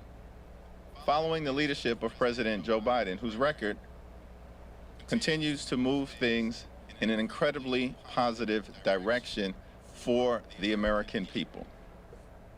Wages are up. Inflation is down. The high cost of living in the United States of America. It's a challenge that we need to tackle. They promised that costs would go down on day one, that they would address inflation. Costs haven't gone down, they're going up. Inflation is going up, and a lot of it has to do with Trump's reckless mismanagement of the economy. All right, so that clip from Hakeem Jeffries sums up exactly what this first story is all about. And it's that Democrats, the experts, the economists, and mainstream media continues to get it wrong as it pertains to President Trump's tariffs and the strategy he has deployed. They claim that his tariffs are going to send this country into a recession, but it just hasn't happened. And this is why we do this show, because I always want to show you what both sides are saying. Let you make up your own mind and do your own thinking. And that clip, I believe, will help you do so. Now, let's get more into the details about the inflation report that came out today that ended up debunking all of the economists again and proving President Trump right again. Fox Business obtained a new report from the Council of Economic Advisors. It finds prices on imported goods are falling since President Trump's second term and are dropping faster than overall goods prices since the month of February. The report undercutting that narrative that the tariffs are fueling inflation. It shows the opposite, that imports may be helping cool prices. President Trump expanding that trade crackdown. Letters to 14 countries were sent out. More are coming, they say, promising reciprocal tariffs unless trade deals are made by August 1st. So here are the new tariff rates on countries.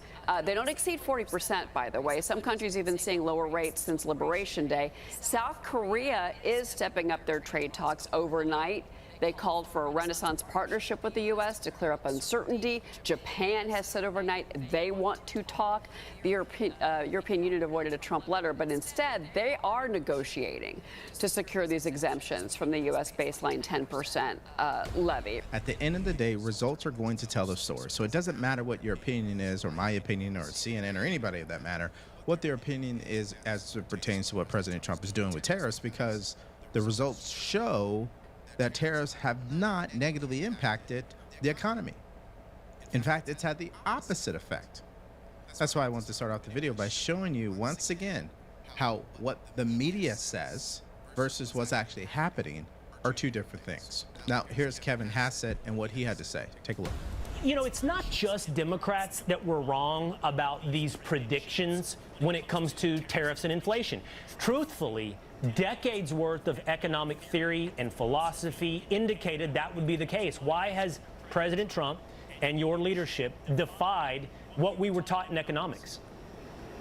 Well, actually, I just would disagree with the premise of your question in the following sense, that there are a lot of economists, Harvard-trained economist Steve Myron, the CEA chair, who put out the report today, who understood all along that the tariff story, that it's going to cause inflation, is not true. And to be fair, I've been on Fox and other networks all the way since January 20th explaining why the tariffs are not going to cause inflation. And now it's in the data that they're not causing inflation. In fact, import prices are going down. So inflation right now is lower than it's been by every measure in more than 4 years, and tariff revenue is through the roof. And so things are working that way, and then let's talk about the economics of why. First, they're working that way because the foreign people who've been dumping products into our country forever and ever have been doing that regardless of other conditions, because they're creating jobs, say, in China by selling stuff to the U.S. And so and President Trump's intuition is we could put a tariff on them and they'll just eat the cost. And that's what we're seeing. But the second thing that we're seeing is, so why is it that prices are even going down for imported goods? It's because President Trump has highlighted how important it is for all of us to believe in an America First agenda. And America First means that if you buy American products, then you're helping yourself by getting a better product, but you're also helping American communities for the people who make those products. All right, now before we move even further, if you guys have been getting value from our channel, please like, share, and subscribe. If you want to support us further, go to the link in the description below, buy us a cup of coffee, or shop our merch store. We got multiple new shirt designs. We got I Support ICE. Think about food, for example. We cannot grow every single thing we eat in this country, okay? So I'm not naive to that. That's why I said certain industries, which brings me to number 3. We definitely need to make sure that the AI, computer chip systems, technology for the future, the warehouses are built here. China is leading in that immensely.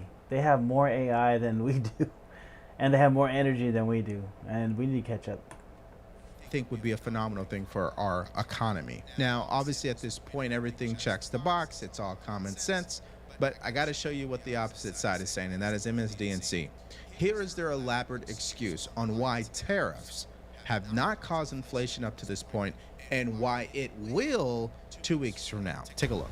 When this was initially announced that, you know, the Independence Day stuff, and in the weeks after, the markets just were in nosedive mode, you know? They were up and down, up and down, up and down. Yeah, that's the uncertainty because of the tariffs that, what was it, the 90% that went up, and then they took it back for 90 days, something like that. We've seen the markets not react as heavily or as dramatically in the past few weeks, other than what Henrietta was saying about the copper markets. Can you explain that, Justin? Why am I looking at the stock market right now, the Dow in the green? Yes. So what happened on April 2, back on Liberation Day, is Trump announced a set of tariffs as the policy. And they were so shocking that people had baked in that he was Mr. Tariff, that he was Tariff Man, and it was worse than that. And that's why markets were terrified. What subsequently happened was he backed down on everything. And then we got this new word. People love this word, taco, the claim that Trump always chickens out.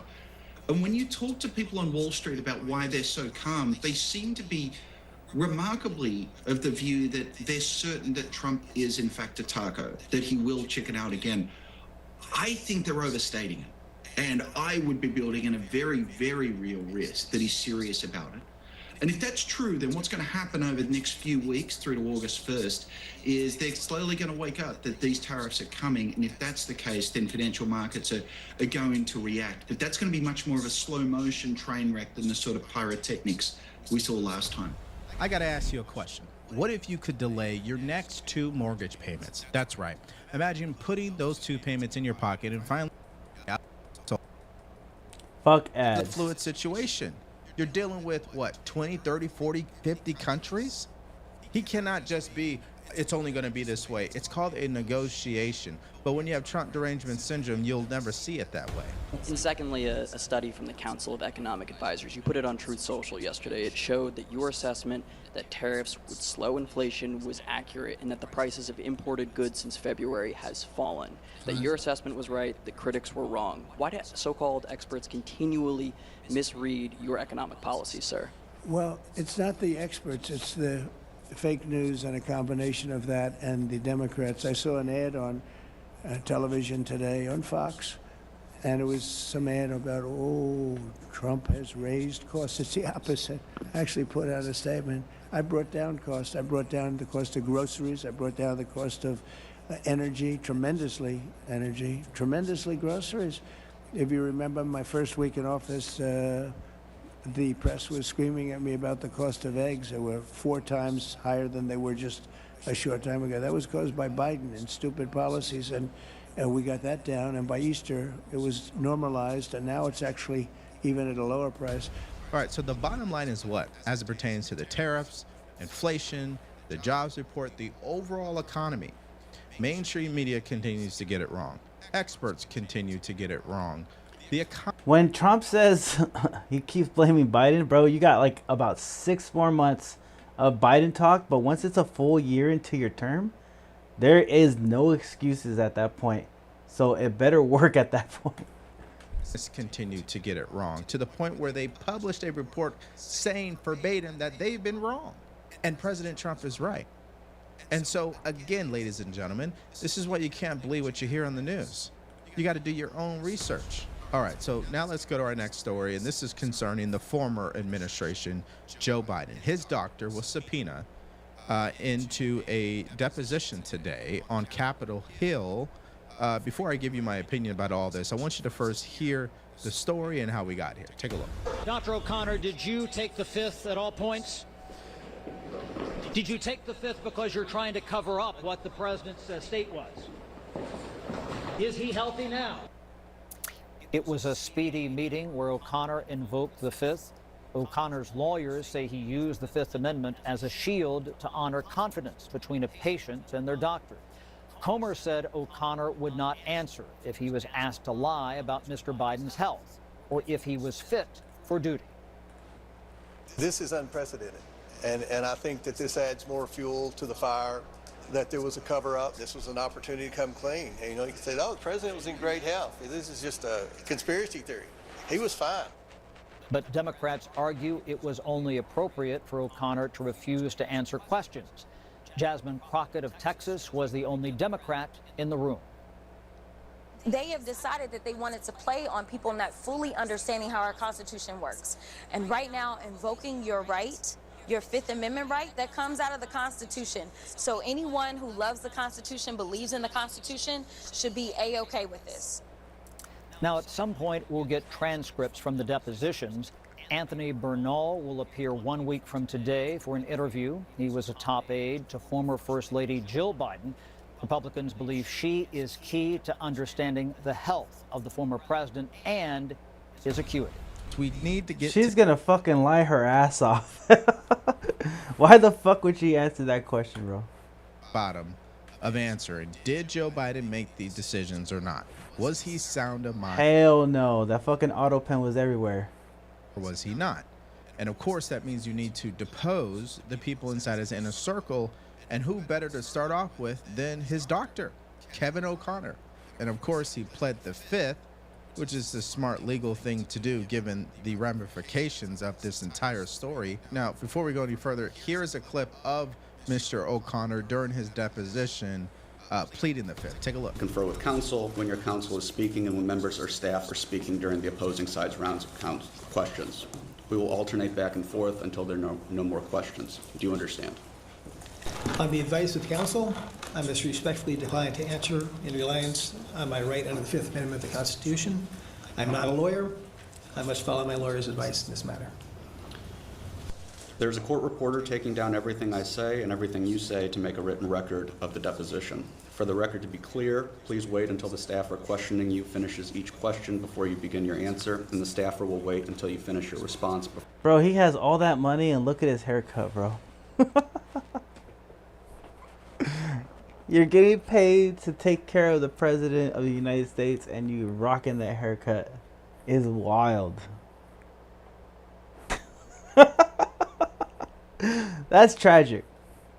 All the money you need and you still dealing with this.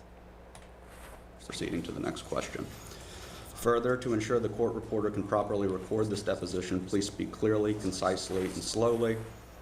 Also, the court reporter cannot record nonverbal answers, such as nodding or shaking your head, so it is important that you answer each question with an audible verbal answer. Do you understand?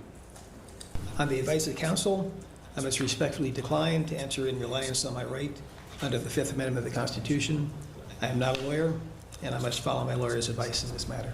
All right, so I'm not surprised by his responses. In fact, if I was in his position, I'd probably say the same thing. I mean, you're talking... Damn right. Say the same shit. The fifth.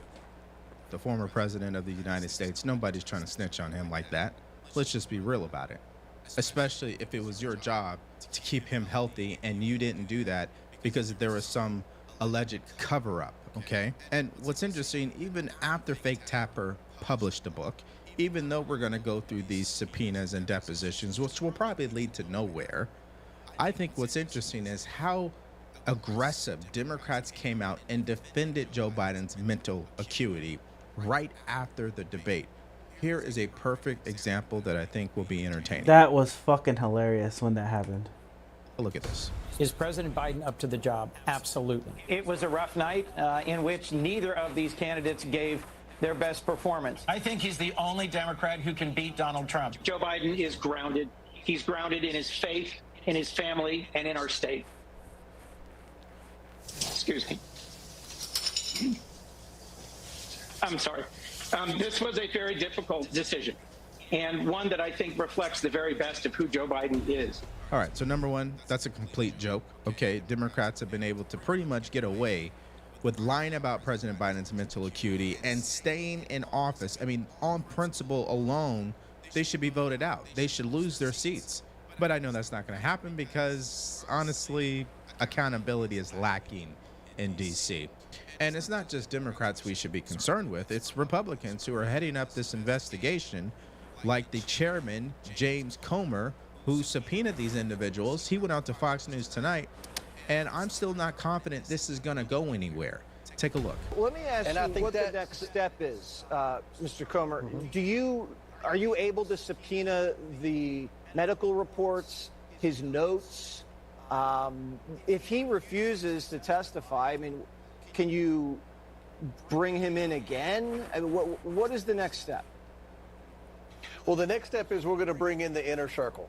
Again, this is an investigation. Right, but with O'Connor specifically, because they drag this out. You know how they drag it out. I mean, is he just going to disappear?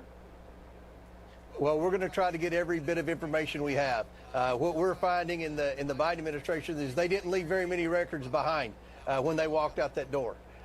There are so many instances of documents that we've been waiting to request And now the Trump administration's in office and they can't find the records. But we're going to try to get those medical records. We're going to try to do everything we can. We're going to use every tool that we have to try to get that information. All right. Now, doesn't that sound familiar? I don't know. That sounds like useless fucking rhetoric right there. They don't fucking know what the fuck they're going to do. They're not going to do shit. Files. The FBI has them. When we get into office, we're going to expose it all. And literally, we're hearing the same thing with Biden records. They're there. I'm still getting over my sickness. Oh, fuck. But now that we're in office, we can't find them. I mean, either one or two things are true. Number one, they did destroy the files. And I'm more likely to believe that. Or number two, they exist, but it's a uniparty. Are they really going to hold people accountable? Absolutely not. And part of me believes that if they go down this road and do this, they may be on the receiving end of this when there's a Democrat president. And I think that is what makes people so hesitant, which is why I'm more likely to believe there's a uniparty, which makes me more likely to believe that accountability probably will never happen as pertains to Joe Biden. And on that same point... Exactly. Bipartisan. Nobody wants that shit out. In accountability, you know that the DOJ has launched an investigation against James Comey and John Brennan.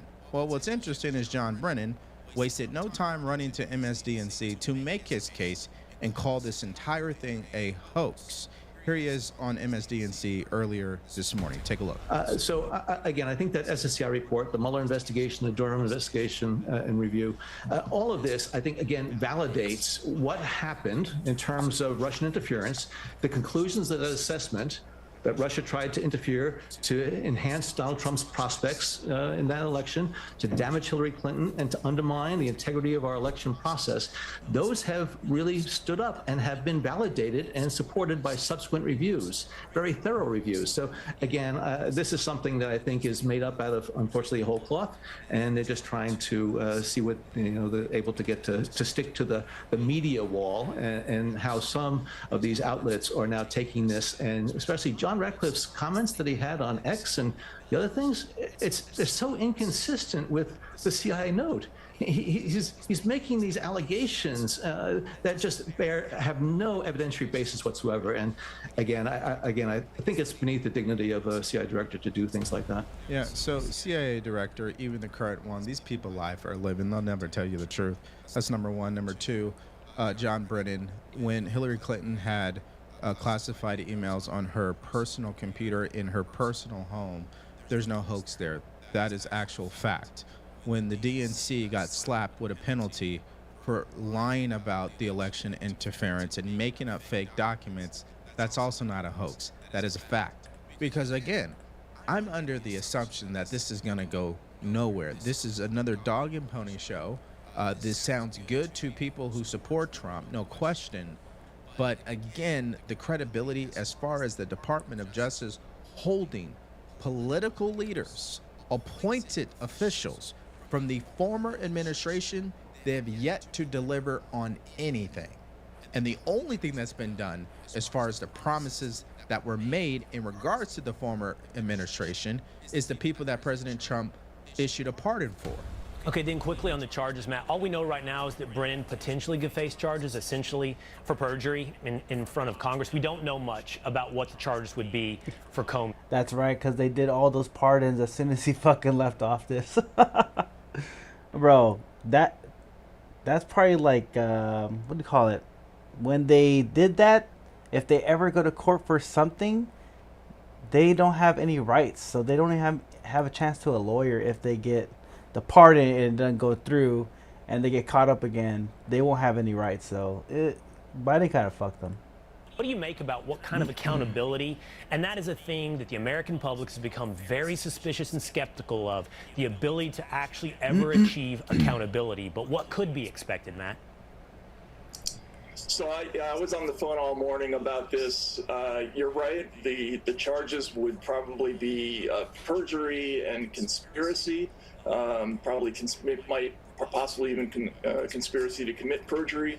With Brennan, those cases seem relatively cut and dried. He testified repeatedly that the Steele material was not even included in that initial intelligence community assessment. He's under oath saying that over and over again, and that completely contradicts the evidence and also contradicts his own written statements, apparently, according to Ratcliffe.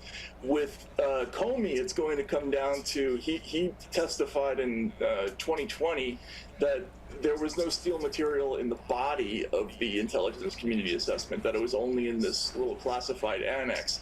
But Ratcliffe says he can prove that that's not true too. So it seems like those are the two cases, that it would come down to perjury on those 2 points. Yeah, so clearly there's meat on the bone as it pertains to John Brennan, and I hope he is held accountable. Let me just make sure I'm clear. I want the Department of Justice to be successful in prosecuting and convicting these people from the former administration that clearly overstepped their authority and in some cases committed crimes. I absolutely am all for that. But do I believe that will happen? Hell no. They're going to have to show me instead of just telling us.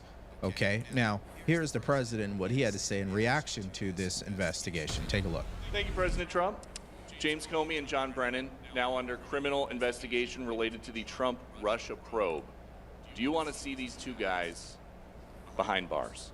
Well, I know nothing about it other than what I read today, but I will tell you, I think they're very dishonest people. I think they're crooked as hell, and maybe they have to pay a price for that. I believe they are truly bad people and dishonest people, so whatever happens, happens.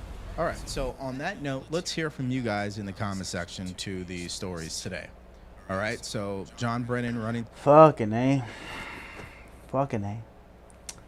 Shit's going downhill. Inside the slums of Tijuana? Let's check this out.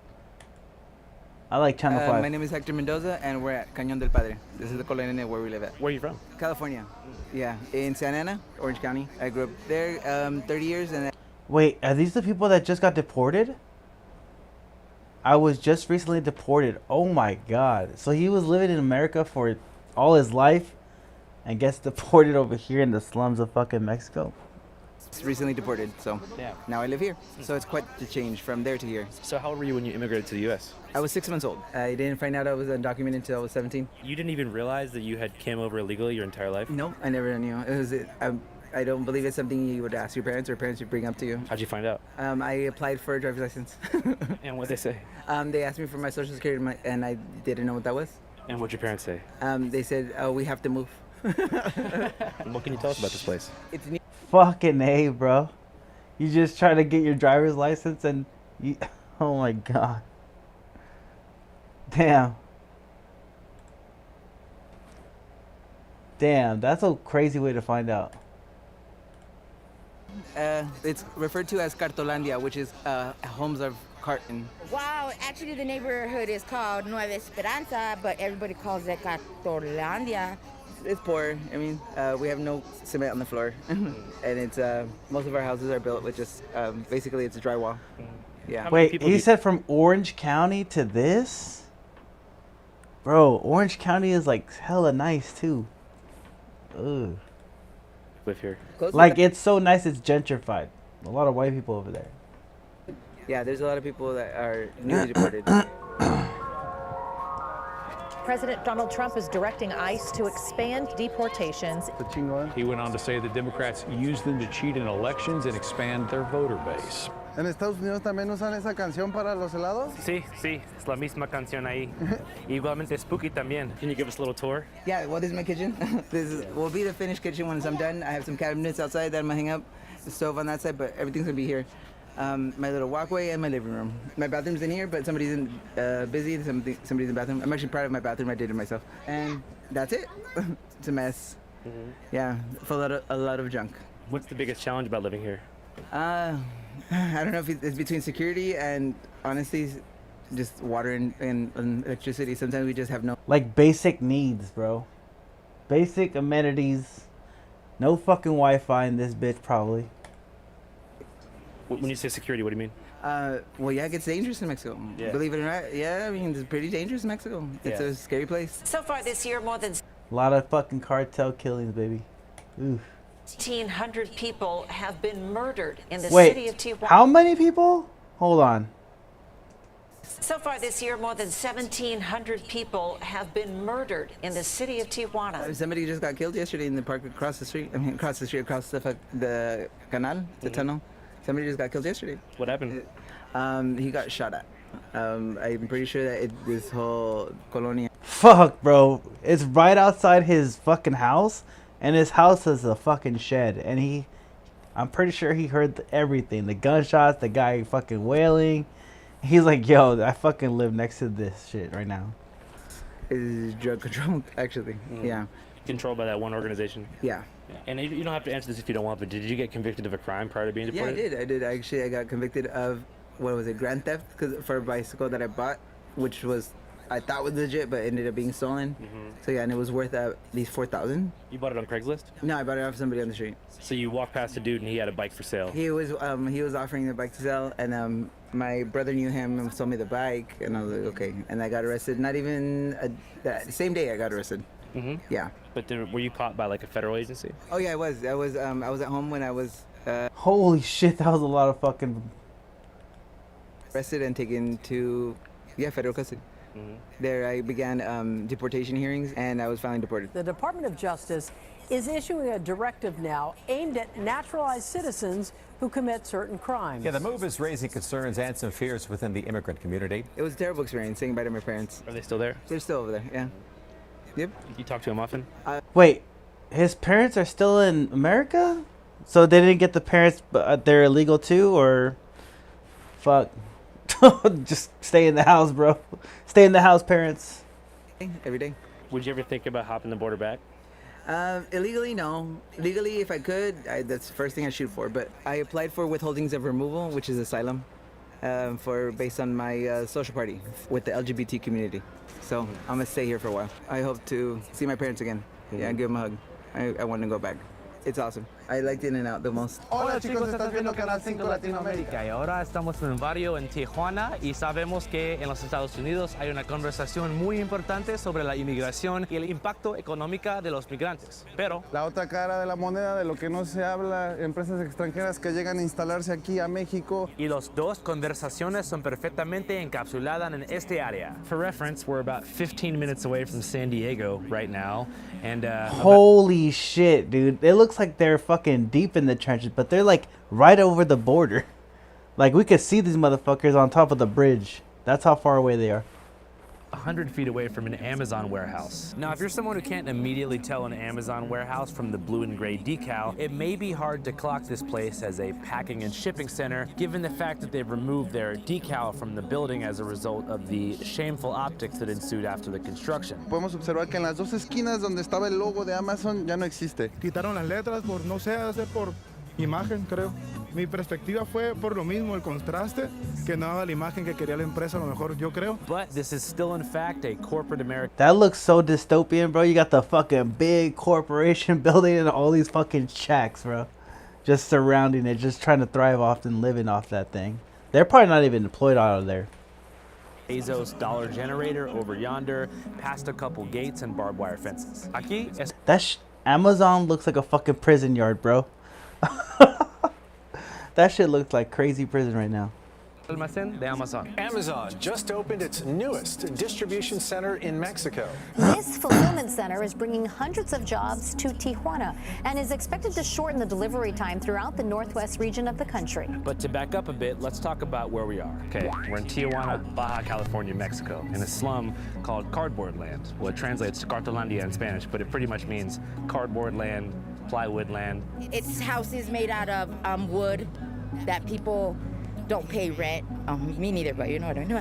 A lot of people here currently work for Amazon or used to work for Amazon and built homes here to be close to their work. Porque está cerquita. Cuando nosotros queremos buscar un trabajo, pues vamos a la Amazon. Mi hermana, mi cuñado, no. Bro, this is so bad. But like, what else could they do? Like, they're fucking stuck over here, bro. And the only thing that's giving them money is Amazon.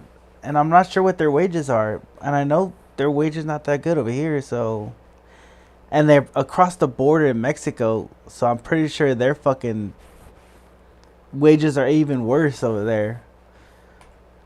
Exactamente qué realicen, pero están en envíos trabajando de noche. Others were recently deported from the U.S. as a result of ICE raids and deportations. Ese ha sido deportado, pero ya tiene mucho tiempo que lo deportaron. ¿Hace cuánto fue deportado? 2005. And a lot of people just live here because it's the cheapest place in town to get a decent apartment for under $0. You actually don't have to pay any money to live here, but you do have to put up the money to build the house that you want to live in. So if you can invest in hammers, nails, tires, mattresses, and raw materials, and build the house yourself, no rent. But if you want to figure out how to put AC, gas, and water into your house, it's a bit of a different story. And by the way, if you want to watch this video totally in Spanish, you can go to Canal 5. It's our alternative Spanish language channel, where we have not only most of our main videos overdubbed in Spanish, Coster es así en la 55. but also different original content filmed in Latin America with myself, Andrea Chaparro, Josue, and some other friends too. We've been covering the ongoing ban on corridos, which is like a narco-pop fusion music that's been happening here under the new administration. La prohibición de los narcocorridos. Yo opino que tenemos que fomentar la libertad de expresión. Yo soy un productor de electrocorridos y de corridos. Ah, pues están chidos, puro belicona, huevo. Los corridos son ya parte de México. Pues vine aquí a escuchar lo que traigo la sangre, los corridos, el norteño. We also went to Tepito Market in Mexico City, and we're covering a few other things too. So if you want to check that out, head to Canal 5. I'm going to put the link in the pinned comment and description box of this video. All right, back to the topic at hand, Cartolandia. While the area is currently in the spotlight due to its population of deportees and Amazon employees, the makeshift walls of these homes tell a story far deeper than what meets the naked eye. Esto tiene años, hasta más de 40, 50 años tiene, nomás porque estaba rodeada de árboles. This man, named Luis, now in his late 30s, is from the first native-born generation of Cartolandians, descending from parents who left rural parts of Mexico to find work in the city during the 1950s. Descendiente del estado de Chiapas. Ah, ok. Sí, toda la mayoría aquí somos de familia, pues de papá y mamá, de otros lugares. And to understand why Cartolandia was built in the first place, you have to first understand post-war America. 6 years after the end of World War II, America is wealthier than ever. All right, bear with me. So in the U.S., the post-war... Yep, Israel got their money. We got the money. Everybody that won got some good fucking money. 40s, or the baby boom of the 50s, is typically thought of as being the age of prosperity, especially for the veterans who came back from Japan and Europe and stuff, and were able to enjoy the benefits of the GI Bill, like dirt cheap subsidized mortgage. One job, one part-time job could get a fucking house for you back then. On new homes in the burbs, free college, monthly checks in the mail, and more. But the post-war era in America was also the beginning of American manufacturing's death spiral, leading us slowly into today's reality, where 97% of our clothing and electronics are imported from factories and sweatshops in developing nations like China, India, and Vietnam. This spiral, of course, was made possible by corporate executives who are now dead that at one point sought to yield a higher profit margin at the expense of American jobs. And here's how they did it. You see, back in the day in 1944, right after the war ended, there was a secret meeting in New Hampshire called the Bretton Woods Conference, where delegates from 44 different allied nations all met up to create something called the IMF, the International Monetary Fund, aka the World Bank, which set the US dollar as the official global currency. #1, baby, printed right there in Philadelphia. This in turn gave us the magical ability to at will decide how much other countries' money was worth. And if you've ever been to a foreign country and asked yourself how the heck it costs you 100,000 of their dollars to get a cup of coffee in the morning, here's why. The US artificially devalued the currencies of dozens of countries through modified exchange rates after becoming the world standard in 1944, whereafter American business titans frantically built factories in the countries with the lowest dollar in order to pay people in these countries as little as possible for labor and raw materials. This process is called economic globalization, Right. and is the reason for much of the world's poverty, as it forces formerly self-sufficient and non-capital obsessed countries to industrialize, yet never have the opportunity to evolve into anything more than glorified factory states or amusement park countries for more powerful nations like us. And this was especially true of Mexico in the 1950s. Unlike today, where border cities like Tijuana and Ciudad Juarez are among the country's most populous, border towns were borderline non-existent back in the day. For perspective, in 1930, Mexico City was home to 1.1 million people, and Tijuana had less than 9,000 people living in it. But shortly after tanking the peso back in '44, American companies began building hundreds of steel factories and assembly plants as close to home as possible, which meant across the border from San Diego to Tijuana. Tijuana es una ciudad que atrae mucha inversión extranjera porque somos frontera con San Diego, con California, que es la quinta economía mundial. Y aquí alrededor también, cerca, está una garita, un cruce fronterizo, el cruce de Otay. y por lo tanto muchas empresas quieren estar cerca de la garita de Otay para que una vez que terminen sus productos poderlos cruzar de manera rápida, de manera inmediata. This, in turn, caused a mass rural exodus of Mexicans from the countryside who arrived by the tens of thousands into the city in search of work. Some of these people had literally pennies, or rather, devalued pesos to their name, and slept in cars or outside these factories on the streets. But others, particularly those who were nice with the hammer, built Cartolandia in 1955. The first iteration of this settlement was about 2 miles upriver from where it is today, in the Zona Rio district near the San Ysidro border crossing. Initially only home. I will say this about Mexicans, bro. They fucking get down. They don't give a fuck, bro. They'll fucking build whatever. They'll build whatever. They're like MacGyvers. With what? Give them a few planks of wood, nails, and a hammer, and fucking Modelo. We'll get shit done.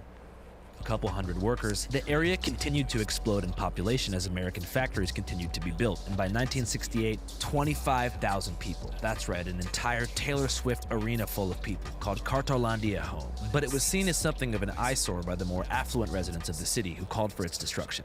Se tomó la decisión de desalojar esta zona. All right, now before we get into how the first Cartolandia was destroyed by the state government, I want to tell you guys about a service that I just used when I was down in Mexico filming. It allowed me to use high-speed 5 GB data and WhatsApp my little American heart out without having to buy a SIM card from a sketchy airport kiosk or pay a fortune in roaming fees. And that service is called Sail, an eSIM app that allows... That's sick. It's like a VPN thing, I'm thinking.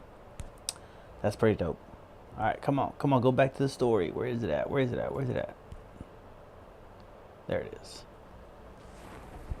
One morning in 1972, Baja California cops came in guns blazing and forced the entire community of Cartolandia to disperse that same day, bulldozing the entire area overnight. While the Baja state government saw this forced eviction as an end-all be-all, they were dead wrong.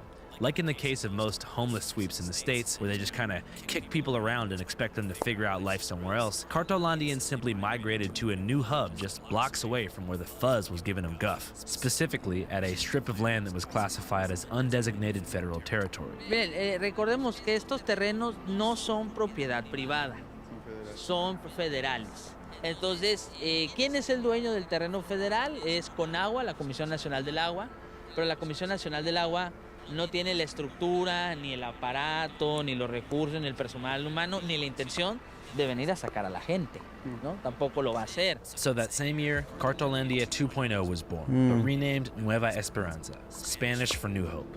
While visually the second settlement looked almost identical to the first, the demographic was quite different. Think less migrant factory workers from other parts of Mexico and more fresh deportees recently expelled from the US with nowhere to go. And also, no money. As I mentioned, Cartolandia is free if you can build your own house. And many deported people did, the first of whom were deported in and around 1986 after Reagan passed the Immigration Reform and Control Act, bringing forth a new era of border militarization and expanding the use of expedited removal. This led to multiple decades of unprecedented mass deportations under the Clinton, Bush, and especially Obama administration. Many older Cartolandia residents today are products of those eras.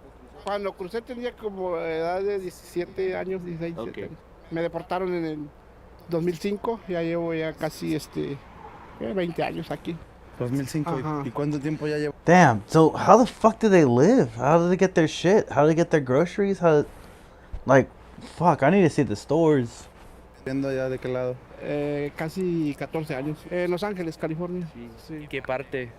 En el este de Los Ángeles. Okay.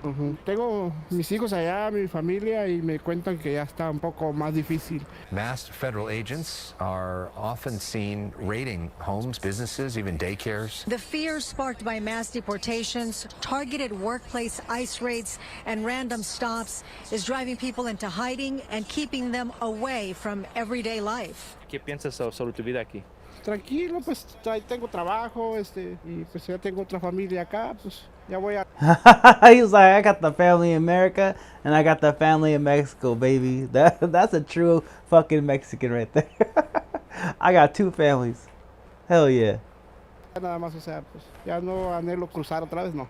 Despite its rugged look, there's actually a decent amount of infrastructure in the area, which is something that residents repeatedly emphasized to me during interviews. Ya todo está bien, ya tenemos los servicios, ya se paga agua, luz, predial, And to be honest, their setup isn't half bad. There's a small electrical grid setup with wires connected to light poles. There's a water filtration system that draws and purifies water from the nearby irrigation canal. And there's also a church, 2 stores, and a free elementary school for special needs children. Still, it goes without saying that conditions there are quite rough, particularly in regards to the lack of plumbing, AC, and some say the abysmal police response time. So what would happen in theory if somebody tried to break into your house and steal one of your pots and pans? They would definitely just get away with it.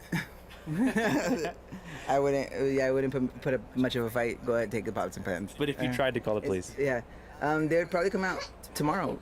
They'll probably come out tomorrow and tell me the same thing, like, well, we'll look for your guy with the pots. However, many residents thought this would all change back in 2021 when Amazon opened up its brand new... So they're just like over here, bro. You call the cops, I'll see you in a fucking 2 hours. center right next door, promising to bring positive change to the neighborhood. It was said by the community that Amazon said they were going to help build better houses with material, cement, and that never happened. But what did happen is that a ton of people got hired. La mayoría estamos aquí en la empresa. Entonces, ¿sí usted sí está a favor de que Amazon haya llegado aquí? Sí, la verdad sí, a nosotros sí nos convino muchísimo. Yeah, because the fucking money. Like, they need money to fucking survive, and Amazon got money to fucking give to these people. Sí, la gente que está trabajando en Amazon, pues gracias a Dios que existe esta fábrica, porque con ese dinero que paga la Amazon, pues salen adelante la gente aquí trabajando. Yo trabajé con Amazon y sí, cuando antes trabajaba había mucho calor, nos regalaba agua fresca, pues. Es una nueva oportunidad de vida, un nuevo comienzo. Mejia earns 2,000 pesos a week as a janitor, working for a factory in the same business park as the Amazon Fulfillment Center. In addition to health insurance, Amazon employees in Cartolandia were also getting paid 52 pesos an hour, which while only $1.85 in the US, is still significantly above Mexican minimum wage. A la vez estoy en favor, porque nos da trabajo y todo eso. Ahí la estamos viendo. Yeah, you get a factory next to your home that's a fucking shanty, and they hire you and they're paying you above wage. That's a come up. So, I mean, it looks bad because obviously it looks like a shack around a huge corporate building, but they're getting paid. They're getting fed, they're getting food, they're getting water. Yeah, Amazon's providing. Ahí estamos buscándole trabajo de lo que encontremos, de lo que haya. Esperemos que hubiera un metro también aquí, o sea, aquí para moverse más rápido, ¿no? Sí, porque ahorita con los transportes, ahorita que aumentaron. However, despite the positive sentiment about Amazon amongst residents, the controversy caused by really a single photograph changed the game forever. That photo of the warehouse looming behind the slums, which I'm sure a lot of you guys have seen, drew ire from the international press, baking its way into the collective conscience of American progressives. The result of this new distribution center will save costs and deliver time. I'll never forget this as long as I live. This news is funny. Was that Hassan Avi? That sounded like Hassan Avi. Yeah, Hassan. Damn, look at his hair back then. How long ago was this, bro? Damn, he cut that shit off. This come into it. Yeah. It's those big. It's where people were living. They were living literally in cardboard boxes. So workers in America were thrown out on the street. And people in Mexico exploited in a horrible way, and these big, shiny new factories at the time. This bad PR, some feel... What is fucking Bernie Sanders gonna do about it, bro? You never worked a day in your life. All you do is take donations and work off the party. Amazon to first remove their logo, and then close up shop shortly after. Yo que sepa, no sé si está funcionando ahorita. ¿Ahorita no está funcionando? No hay movimiento, no se ve nada. ¿Que tenga que ver mucho justo eso de las fotos y todo eso? Sí, porque se estaba haciendo muy viral. Sí. Sí, se estaba haciendo muy viral que Amazon se puso en un lugar, pero siempre salen las fotos donde están las casitas en la calle, o sea, es como si yo fuera a la zona centro y tomo una foto donde están las casitas de, no sé, los que están donde están los inmigrantes. Y digo, esto es zona centro. O sea, no sé si sea por ahorita el caso que está pasando con Estados Unidos sobre los aranceles y todo eso, pero ahorita no hay tanto movimiento. No hay tanto movimiento, exacto. Yet, despite the new apparent absence of Amazon, residents have their own ways of making money. Mira, azúcar, el fentanilo de este país. Some manufacture clothes, one cuts hair, and others work remotely for American companies. Yes. What do you do for work mainly here? Here, I work as an agent for a call center. Really? Call center, yeah. And I work from home, so it's awesome. kind of things do you say when you call people? I mainly just set up appointments for a psychologist in Orange County. Psychiatrist or psychologist? Psychiatrist. Like Sorry. people who need counseling, not people who want to understand the mechanisms of thought. True that. Yeah, I set up appointments for a psychiatrist. So somebody will call you saying like they have depression, and you'll pair them with a therapist? Yeah, I'll pair them with therapist availability, and with kids with Alzheimer's or certain things like that. You think everybody should do therapy? Yes. I think it's important. I get calls and they last me about 30 minutes, and I'm like, lady, you need to talk to somebody. Yeah. Okay, good. Thanks for your time, man. I appreciate it. Anything you want to say to the people? Well, look out for the Mexicans, you know? All right, thanks, man. I really appreciate it. Wow. Holy shit. Dog. Amazon left because of the viral shit, so now they gotta defend for themselves on some other shit. Jesus Christ. Fuck getting deported, bro. I'm glad I'm American. Shit. Let's see. Trump military parade. Do I want to see that? What do I want to watch next? Black people mock MAGA white girls losing life in Texas flood. That sounds horrible. I don't know if I could handle that right now. Trump admin sends weapons to Ukraine. Let's see. Full story. I saw that one already.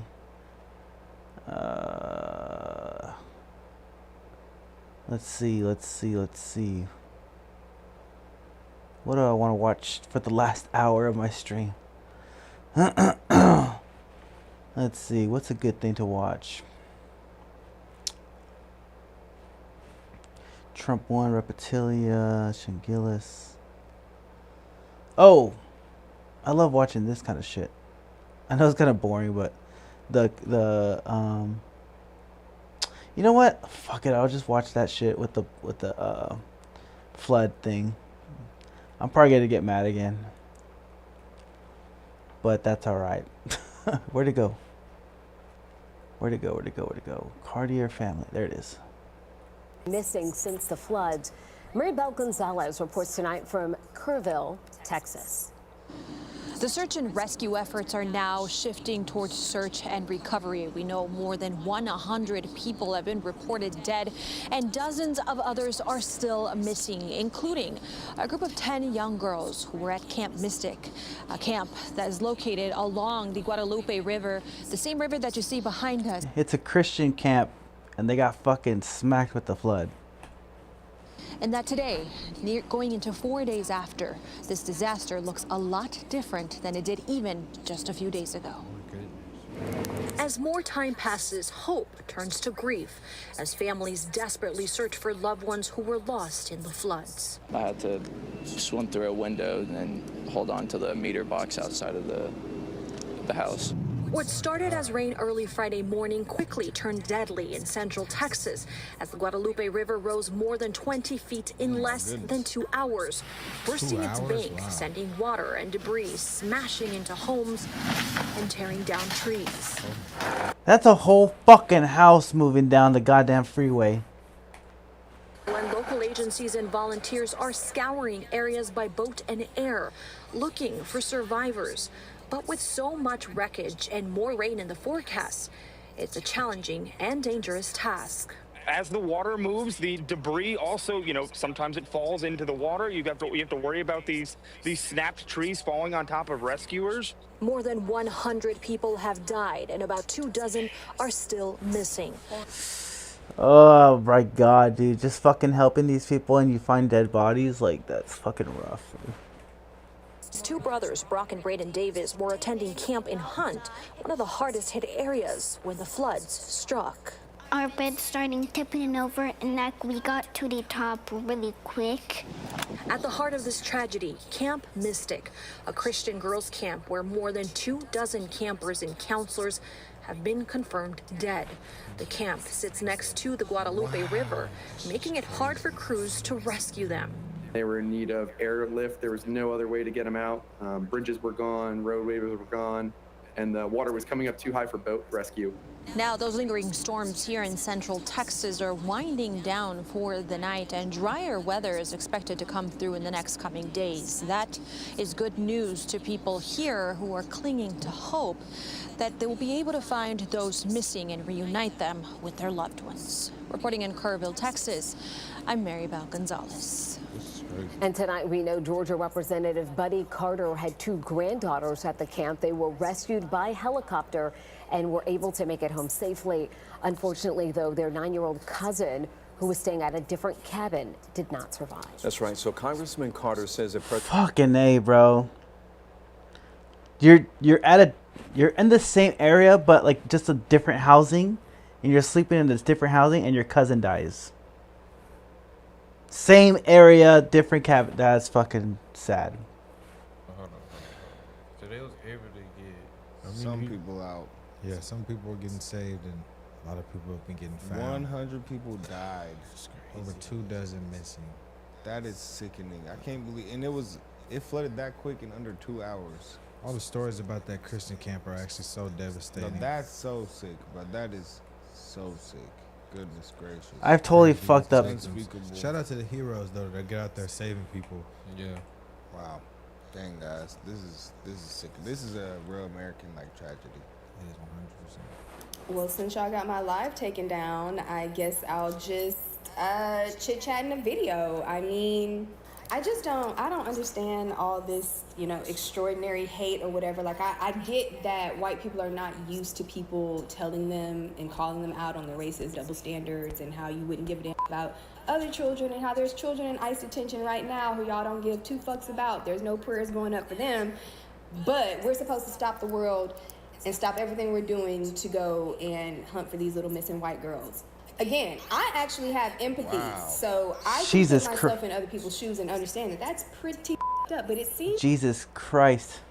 like y'all don't get that. Y'all don't get that. Y'all don't have the empathy. I don't understand how this is a race issue. How do you even get those two together? People are dead, people are missing, and you bringing up white, black, and immigrants and what? Yeah, I don't understand what even the point of that even is. Like, what is the point you're trying to make? Like, you're making this a race issue when it's just a tragedy. Like, remove the politics here. This is a natural disaster that's gravely... That's fucking wild, bro. Killing people. People are dying. All because of a flood. And you guys are making this a political thing. Like, the flood was forecasted for weeks. Like, no one knew it was going to be this bad. That's why everyone's being hit and harmed so bad. Like, to make this a race issue, you have some deep internal issues. Y'all scary as and I don't give a Them little girls, them people died because of racism, not politics. Boom, I said it, I don't give a fuck. Because Yo, what? This is fucking wild. That's fucking crazy. That is fucking insane. These little kids died. Fuck them, they're white. Yo, what the fuck? The fuck the kid had to do with anything? They don't know racism. They're fucking little kids. Or YT people will have to DIE in order for the what CARE. We voted the correct way. You reap what the you sow. Just the night before the flash flood happened, y'all were okay with being stripped away from their families and never seeing them again. People being deported. Y'all were okay with that. Be okay. But how is the kid responsible for that? That's the parents, if anything. With not finding Sarah Lou. Be okay with never seeing them again. Keep that same energy, because I'm here for it. Because I've been reading the comments and the shit y'all be saying. Y'all didn't give a on us brown people. We sorry that it's white people now, but the level of hatred you have to have that's in your fucking heart crazy. For a whole race of people to say something like that is astronomical. This right here creates racism. Statements like this.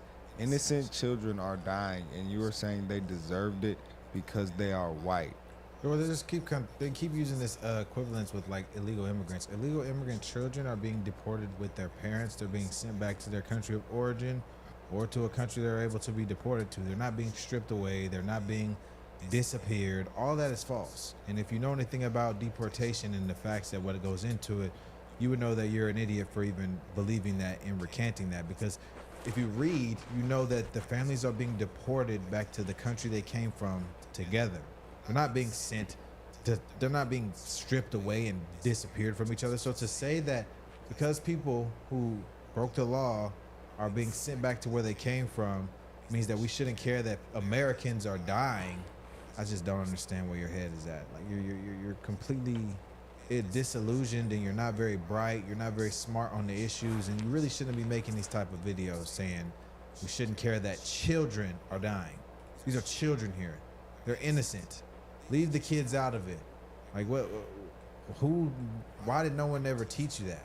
She said they died because of racism. I'm not understanding what racism both these videos are even talking about.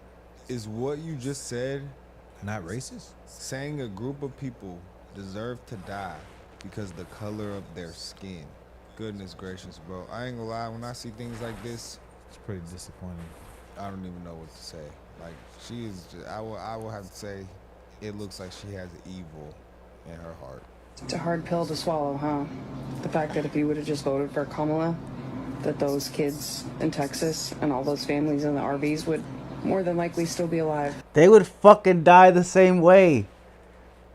But instead you just made fun of her laugh while people were screaming at you that if he was voted in, people were gonna die. The delusion, bro, is crazy. And look where we are. A bunch of parents who can't protect their own kids. I was not understanding why they're making this a political issue. What was Kamala gonna do? Put on a cape and go stop the flood? Was Trump supposed to build a dam and stop the flood? It flooded in 2 hours. People are dead. Hundreds of people are dead. Children are missing. And y'all say that people deserve this because of how they voted. I'm not gonna lie. This is keeping it 100. The left will try to call the right divisive for not accepting crazy things like trans and women and men's sport, or men and women's sports. But then when the wildfires and things like that happened in California, I never heard one Republican say they deserved that because they voted for that. Wow. I never heard one Republican say that. But now you got people on the left saying that children deserve to die and their parents could not protect them because they voted a certain way. Then you will turn around and call the other side divisive and evil. Is insane to me. Why does Donald Trump continue to insist on politicizing the storm? The only person making an accusation that people are not getting what they've asked for is Trump. The only person who is politicizing this is Donald Trump. He's the one guy doing it.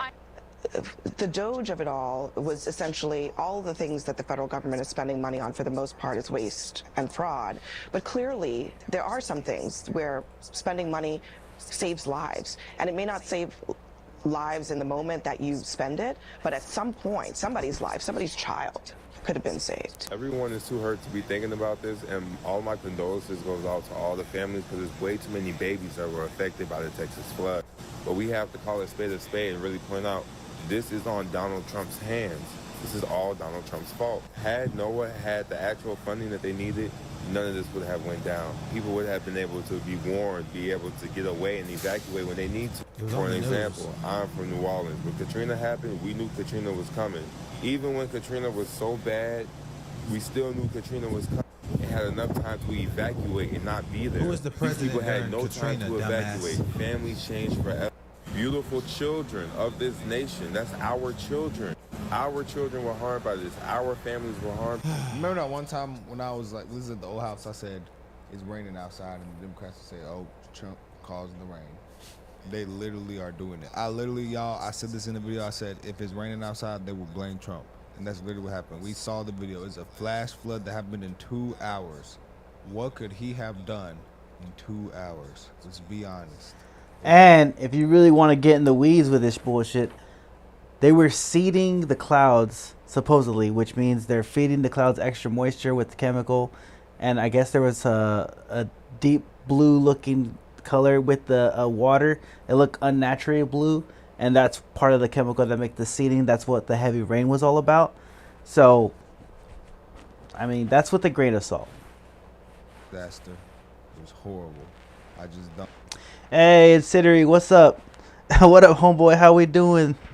I'm doing all right. I'm a little sad right now because of what we've been dealing with the floods. And then I was pissed off earlier with a couple of Epstein list stuff.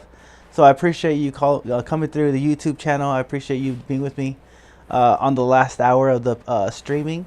Right now we're just learning about the the flood situation in Texas, and yeah, it's just making me kind of like fuck. Making this political. Fuck life. I never understand it. And I'm not gonna lie, I don't see the right doing it when things like this happen with the left. I really don't. The California fires, I never heard no one say they deserve that because they voted for that. Some people would say. Some people were saying that though. I did see that. Oh, listen, we weren't saying they deserved the fire. We're just saying when we were politicizing things, we were more so politicizing the response. The response by the LA wildfires was due to poor. I never heard leadership. someone say they deserved for the fires to burn them because they are Democrats. Yeah, we always would say like exactly what they just said about the. I did see that though on Twitter though. X and Twitter, people were the Texas people were like, yeah, they fucking deserve that shit. Fuck it. I did see that shit. So you can't. I did see it online. Hawaii is suffering from poor leadership. When Hawaii burned, they didn't get the proper response due to our leadership. When North Carolina flooded from the hurricanes, we were mad at the leadership for not having an appropriate response. When all these natural disasters happened, we were mad at the leadership for the response. We weren't blaming the administration for the natural disaster because it's a natural disaster. We're mad at the response by leadership to it. To blame leadership for a natural disaster is ridiculous. And the Trump administration has been swift on the ground trying to address this. Even RFK has made this a HHS health emergency. So now the HHS will be directing money to help for mental health services and other things. We've seen this administration try to help and rectify this situation, which is an ongoing situation. But we've never said, oh, you guys are Democrats, you got what you voted for. We're saying that the leadership is piss poor and they're doing you a disservice. Like in LA, when the wildfires burn stuff down, we said, hey, it's pretty shitty out there, but these are the leaders y'all elected, so this is the response y'all get from what y'all voted for. We weren't saying y'all got that because of you voted blue. That's dumb. To be the one who points it out, but it seems like it needs to get pointed out. So are we not paying attention to majority of the videos that's being shared about this flood and the certain that's on the videos? The certain what? Hopefully this is opening up some eyes and showing people that he watches. I don't matter who's watching. They're watching. They see you as a person and what you're teaching your kids and how your children treat others and how you treat others.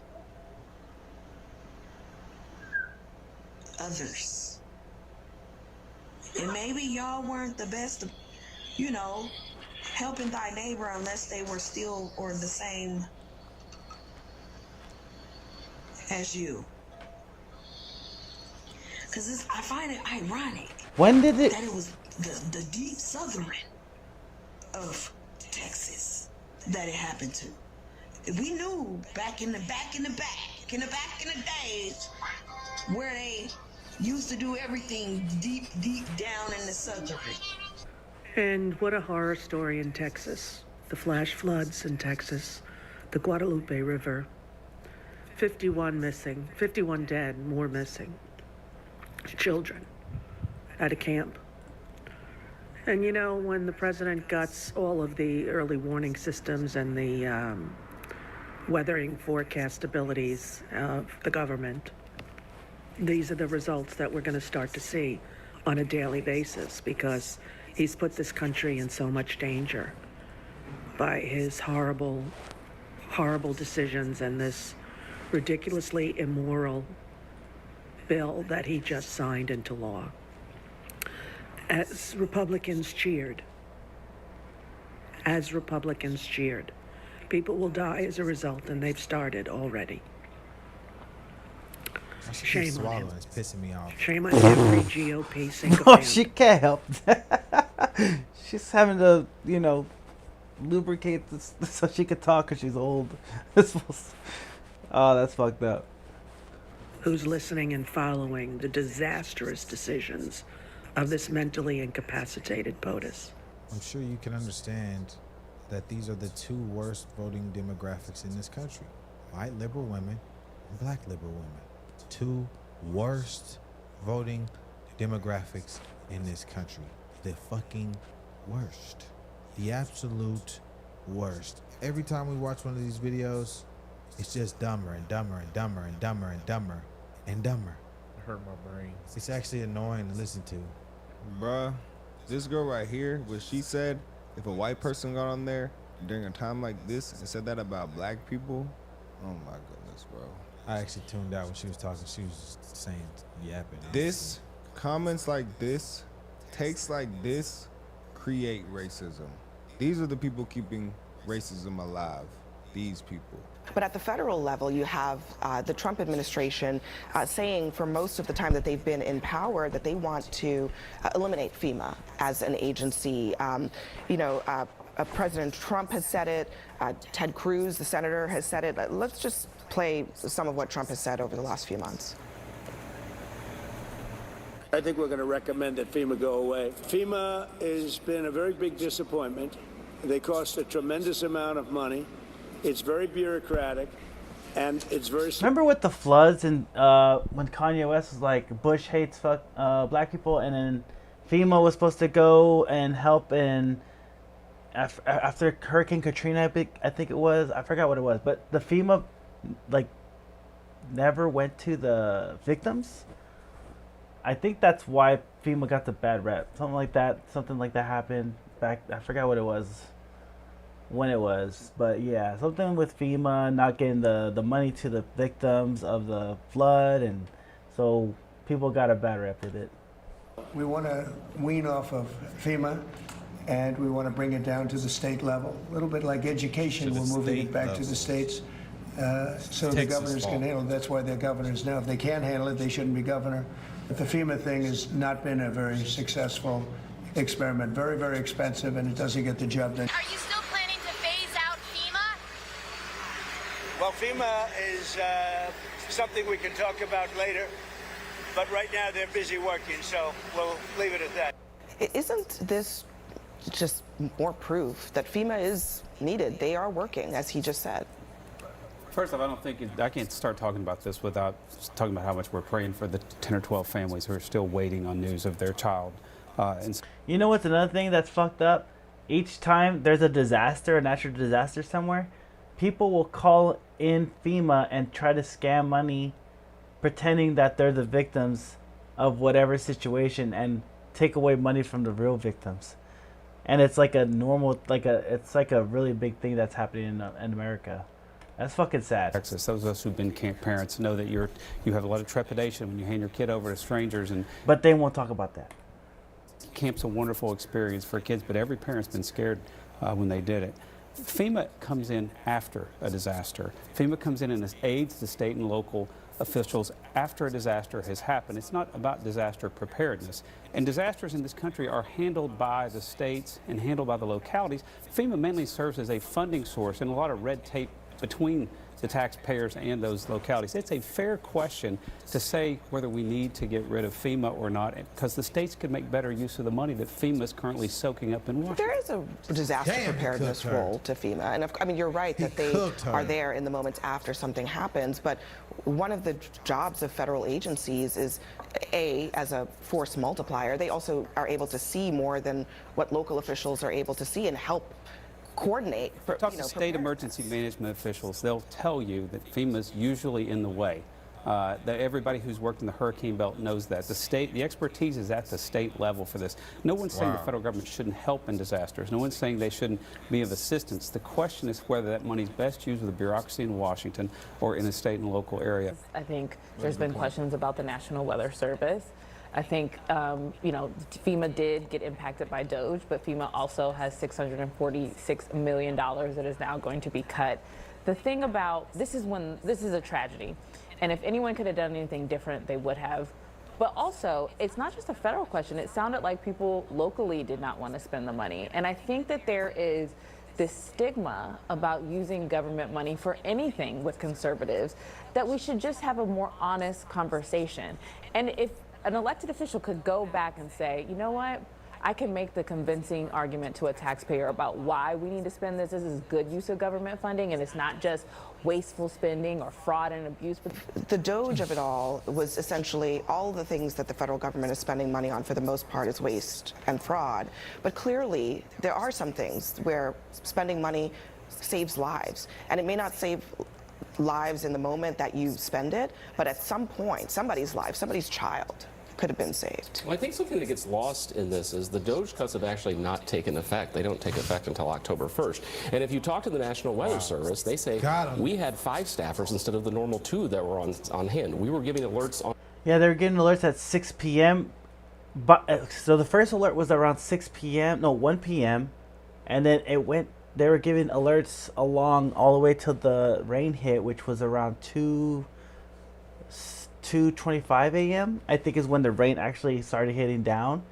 So they had a lot of warnings, but from what I'm gathering, it's like when you get a warning on your phone, there's imminent floods around, and you're looking up at the sky, and you don't see any rain, you're like, well, I guess we're okay. It must be another county. And it's not until the middle of the night when you're fucking dead asleep. And then you all of a sudden your fucking bed's all fucking soaked and you're getting risen up with water. In 2 hours, 20 feet of fucking rain fell. So you're getting all the alerts all day during the daytime. There's nothing fucking going on. So you're in your mind, you're like, you're fine. This must be another county. And then all of a sudden you got a big ass fucking flood and you didn't think it was gonna be you know? Thursday warning about this. You talked to the union head of the National Weather Service staffers and said, yeah, we did every single thing we could possibly do. And you're right, it did go back to the localities, but that's where the money goes, and it's up to a local municipality or a town to say, hey, yeah, we can afford this or we can't afford this. They put in for a federal grant, they didn't get it. And I mean, it's a terrible situation, but I do think the National Weather Service followed through on everything they were supposed to do based off of all the current reporting. Yeah, and that's right. I think on Thursday night, they did send out the notices on it, but what happened on the ground, that's something different. But you're right about that, about the notices going out on Thursday. I totally forgot about the game on the It was my move, and I totally forgot what I was even playing because I was so involved in the story. On that. Look, I sit on appropriations, and one of the committees I sit on is Homeland Security, which has FEMA, so I've been dealing with FEMA. President Trump is right about one thing, and that is there is a bureaucracy to FEMA. There is a bureaucracy. So I'm one of those. My philosophy is, do we need to streamline? Do we need to reform FEMA? Absolutely. But there are certain times in our country where there's a situation that the federal government has to come in and coordinate, and FEMA can do that only if they get reformed, only if they get streamlined, because it has become bureaucratic. I can tell you that because I sit on that committee, and there's been times where we're trying to get some things and it was just bouncing from one place to the other place. So streamline it, reforming it. I agree with President Trump and with you also, Brian. Yeah, I mean, look, I think most people who are on the receiving end of disaster relief can tell you it's nothing but bureaucracy sometimes.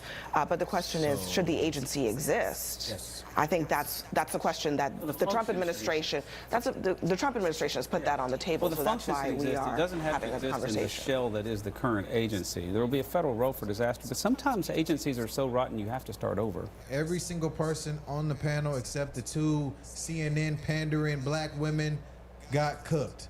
These gentlemen, Henry Cuellar, how are you saying, brother? I'm sorry. Democrat. Then we got the 2 other gentlemen, got up there and cooked her. All of them proved Trump's point. All of them disproved what she said. I bet they thought he was going to agree with them. He said, I agree with Trump. It's bureaucratic. We can't even get to the money. We've been trying to bust it on the panel on the committee, and we try to get stuff done. It just bounces the place around. Wow. They said FEMA doesn't even come in till after the tragedy. So all the stuff they're talking about, well, this could have been prevented with FEMA. FEMA doesn't prevent tragedies. They come in after tragedies, and the state could use the money and directly fix the tragedies without FEMA. So that just means the tax dollars are going to FEMA for FEMA to come in and dictate how they spend the tax dollars. I believe the state should be able to dictate how they want to handle each tragedy. I think that's more fair. Well, people know their state best as well, you know? Exactly. And that's why they kind of disproved themselves by saying, okay, this happened because of the funding situation right now with FEMA and the state and all this stuff. Ain't even been cut yet till October the 1st. It hasn't been cut yet. So if it hasn't been cut yet, the current situation we're in is not good according to you, and that situation is being changed. So I bet they didn't know that it wasn't going into effect till October.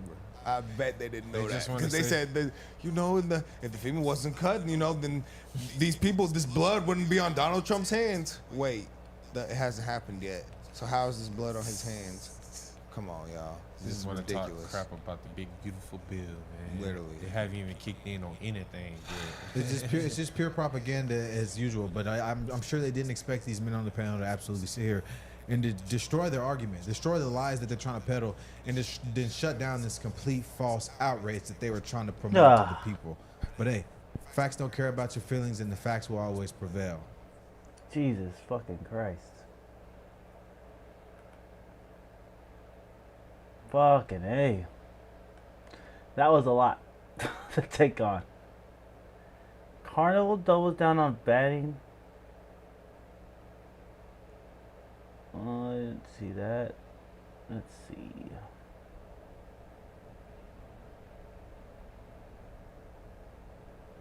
Let's see.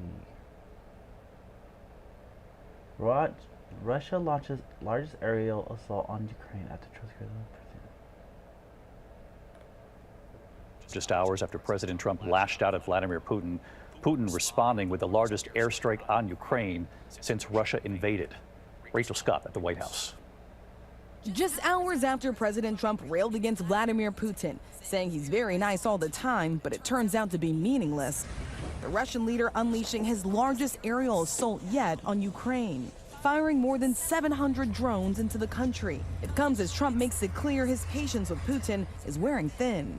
We get a lot of thrown at us by Putin, for you want to know the truth. He's very nice all the time, but it turns out to be meaningless. The administration now resuming weapons shipments to Ukraine, shipments the Pentagon put on pause last week. The president has insisted he didn't know who ordered the pause. Yesterday, you said that you were not sure who ordered the munitions halted to Ukraine. Have you since been able to figure that out? Well, I haven't thought about it because we're looking at Ukraine right now and munitions, but I have not gone into it. President Trump today saying he's now considering sending even more weapons to Ukraine, including granting their request for another Patriot air defense system. When you talk about a system like that, highly sophisticated, tremendous amount of money, and they're doing it because they want to prevent death. They're getting hit hard, very hard. So we're looking at it. And David, President Trump has long praised Russian President Vladimir Putin. The question now, is this a real turning point in their relationship? Putin has not responded directly to those attacks from the president, David. Rachel Scott at the White House for us. Rachel, thank you.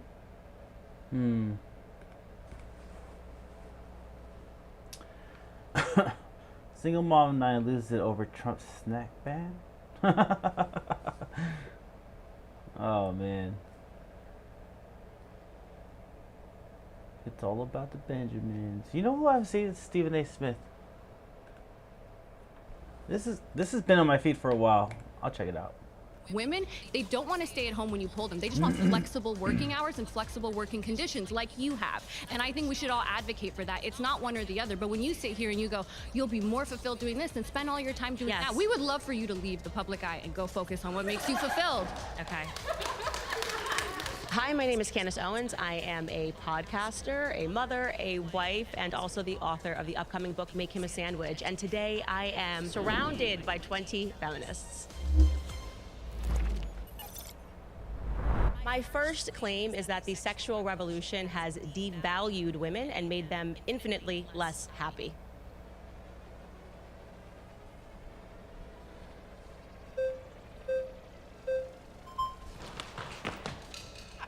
Hello. Hi, I'm Samaya. Samaya, nice to meet you. I'm Candace. Nice to meet you too. So my question for you is, statistics show that 60% of women who are murdered by their intimate partners, murdered by someone that they are in close relations with. That's according to the UN from 2023. Yeah. So how is it that, women are so valued, quote unquote, in the home, and yet that's the place where they're at the most danger? Okay, so I'm not sure what that has to do with the sexual revolution. Right, the sexual revolution. The first claim. The sexual revolution gave. I'm happy to answer it. I'm just saying that, if you broaden that statistic, you are more likely in general just to be murdered by somebody you know. So, of course. But men are much less likely to be murdered by, their That's not partners. true. Yes, it is. Yeah, I'm sure, because men are less likely to be murdered by women. Full stop. Yeah, exactly. So that statistic makes sense to me. I'm still not sure how this correlates to whether or not the sexual revolution increased women's ability to leave the house, women's ability to control their own reproductive capabilities, women's ability to, control their own capacity within the workforce in regards to their own sexual capacity. So it is the very fact that the sexual revolution happened that made our access to the workplace much more, or just the public sphere in general, much more easy. So without the sexual revolution, women would be much more confined to the place where they're at the most danger. They belong to the streets. True. So you think that, just so I'm trying to understand your argument here, you think that if we didn't have the sexual revolution, less women or more women would be murdered? Are you saying that women are more women would be murdered, for sure. Okay, I disagree with that. I still don't think it has anything to do with the claim that women are infinitely less happy because of the sexual revolution, which has devalued I think women. you'd probably be less happy if you're being murdered. Oh. Anyone disagree? Okay, yeah, I don't, okay. Okay. There is definitely a correlation between personal relationships and domestic violence. And just to be clear, if we're talking about just a monogamous relationships, the most violent relationships that are on the books are between lesbian partners. Yes, when people are intimate, that's not a that is actually true. No, the statistic you're talking about is people who have faced domestic violence. Lesbians, yes, are more likely to have faced domestic violence, but that's because they typically came from relationships with men in which they were mistreated. Lesbian relationships are the most violent relationships that we have on the books. But we can move on. They can fact check that claim. The point being is that it's not exactly a stunning statistic. Wait, what was that statistic? Hold on. Yes. Oh shit, I just missed it again. Okay, a survey from 2013 shows 61 of bisexual women and 44% of lesbian women reported intimate partner violence, compared to 35% straight women, according to Stand for Families Free of Violence. A survey shows bisexual women and 44% of lesbian reported intimate. So it's like women on women beating the shit out of each other. And then the girl is saying it's because they came from domestic violent partnerships with men, and then that's what put them on the path to lesbian and bisexual women.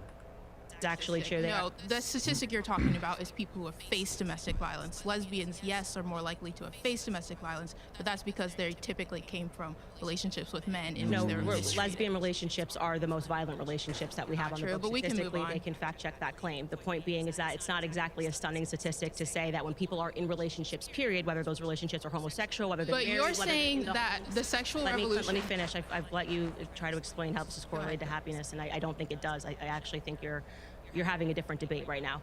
But yes, absolutely, it makes perfect sense that you are more likely in general when you are in a relationship, because people are driven by anger by people that they know, whether or not we're talking about boyfriend and girlfriend, girlfriend and girlfriend, a husband and a wife, a husband and a husband, or a wife and a wife. Yes, of course, the instances of domestic violence are going to take place when you're inside of a home. But the sexual revolution, encouraging women to give up their goods for free, which is what I'm speaking about, and encouraging men not to marry these women or to have long-term relationships, what I am saying is a direct contributor to their unhappiness, because women are giving up their goods for free, and women are now entering the workplace, and that does not actually make them happy. Okay, pause. Sorry, you've been voted out by the majority. Please return to your seat.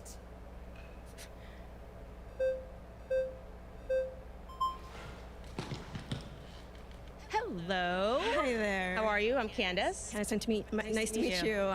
Julian, my pronouns are they, them. It's very interesting to think of it when we just think She's like, I don't give a fuck about that pronoun shit. gender binary. It's, how do we place value on human beings in general? And so when we think about, placing value, that comes from a place of power, right?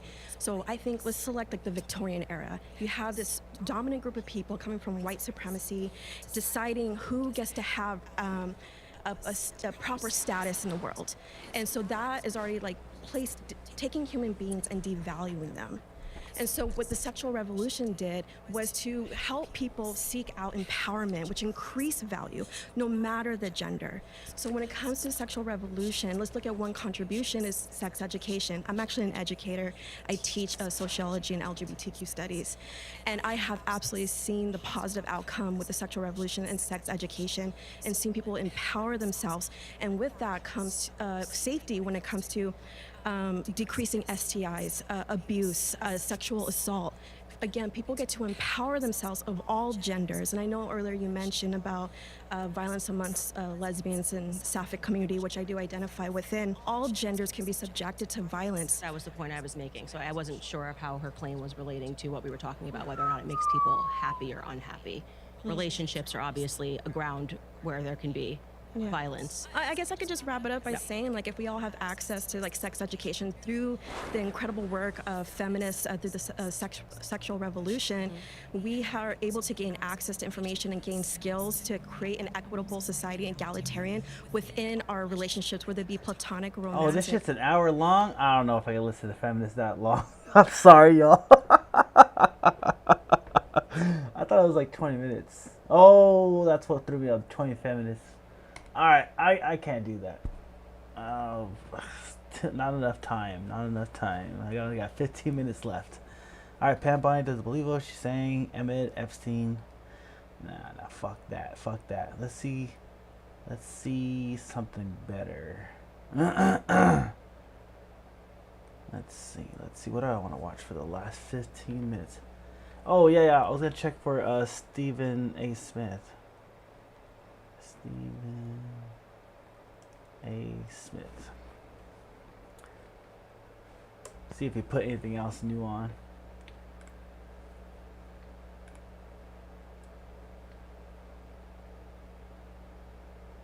Attorneys react to Diddy not being guilty. The Trump's big beautiful bill, good for, let's see what this is. But first thing I'm going to do is get into President Trump and what the hell is going on in the nation. I'm gonna go till 12 o'clock and then I have an hour to wind down and then probably knock the fuck out at 1 a.m. is my goal. Capitol. Trump's big beautiful bill. That's where we're going to get started as we quickly approach his self-imposed deadline of July 4th when he would like to sign the bill into law. It was a marathon weekend on Capitol Hill where Republicans suffered some setbacks, including one GOP senator announcing he will not seek re-election after opposing the package over its Medicaid health care cuts. An all-night session to consider an endless stream of proposed amendments to the package in what's called a vote-a-rama was abruptly postponed, but it's now underway. The nonpartisan Congressional Budget Office found that 11.8 million more Americans would become uninsured by the year 2034 if the bill becomes law. The group also said the package would increase the deficit by nearly $3.3 trillion over a decade. There's a couple of things that we need to consider here, ladies and gentlemen, as we discuss this, okay? And I'm just looking at some of my notes because I think it's important to bring this stuff up. What Trump is trying to do, and what the Republicans who support the big, beautiful bill, because, I mean, it's Trump, so obviously the bill has to be big. It has to be beautiful, okay? This is Trump we're talking about here, right? What they're doing is kicking the can down the road. That's what they're doing. Let's call it what it is. Because when you talk about curbing spending and what have you, I mean, is it really? If it's adding $3.3 trillion to the budget, according to the nonpartisan Congressional Budget Office, is that what it's doing? We all know what the priority is. We all know why Trump has absolutely positively emphasized this bill being passed.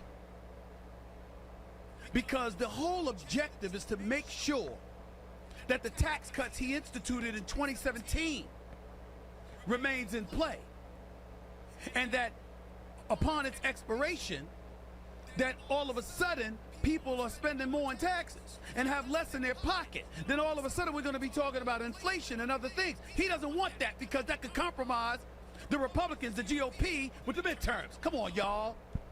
We know this. And I'm just looking at some of my notes from here, right?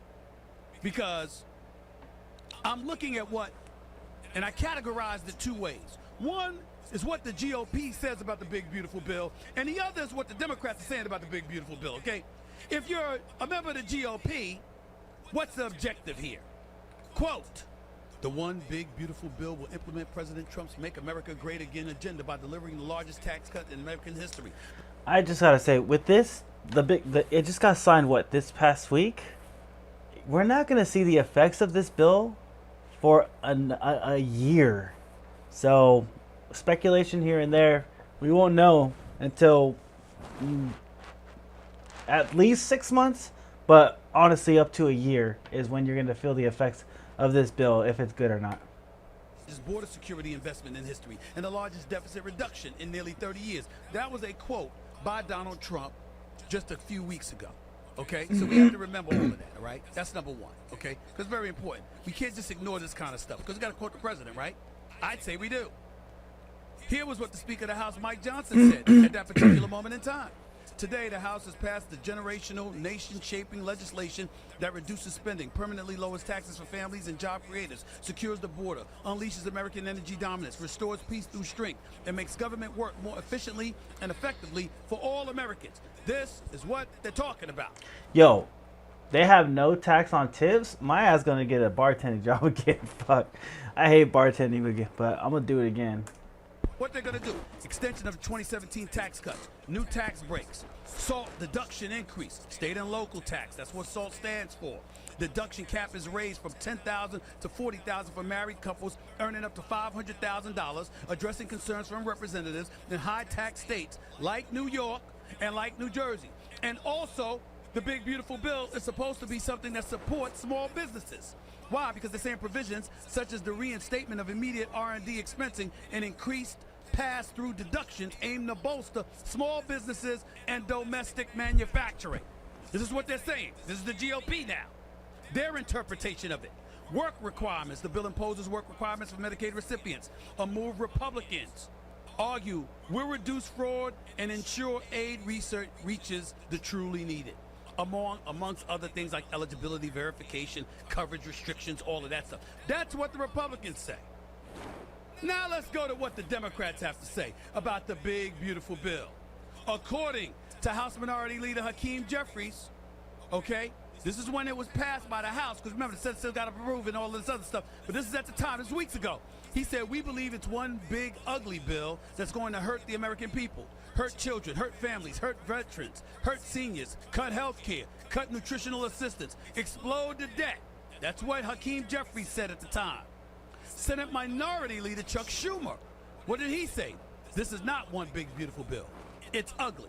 There's nothing beautiful about stripping away people's health care, forcing kids to go hungry, denying communities the resources they need, and increasing poverty. They get specific.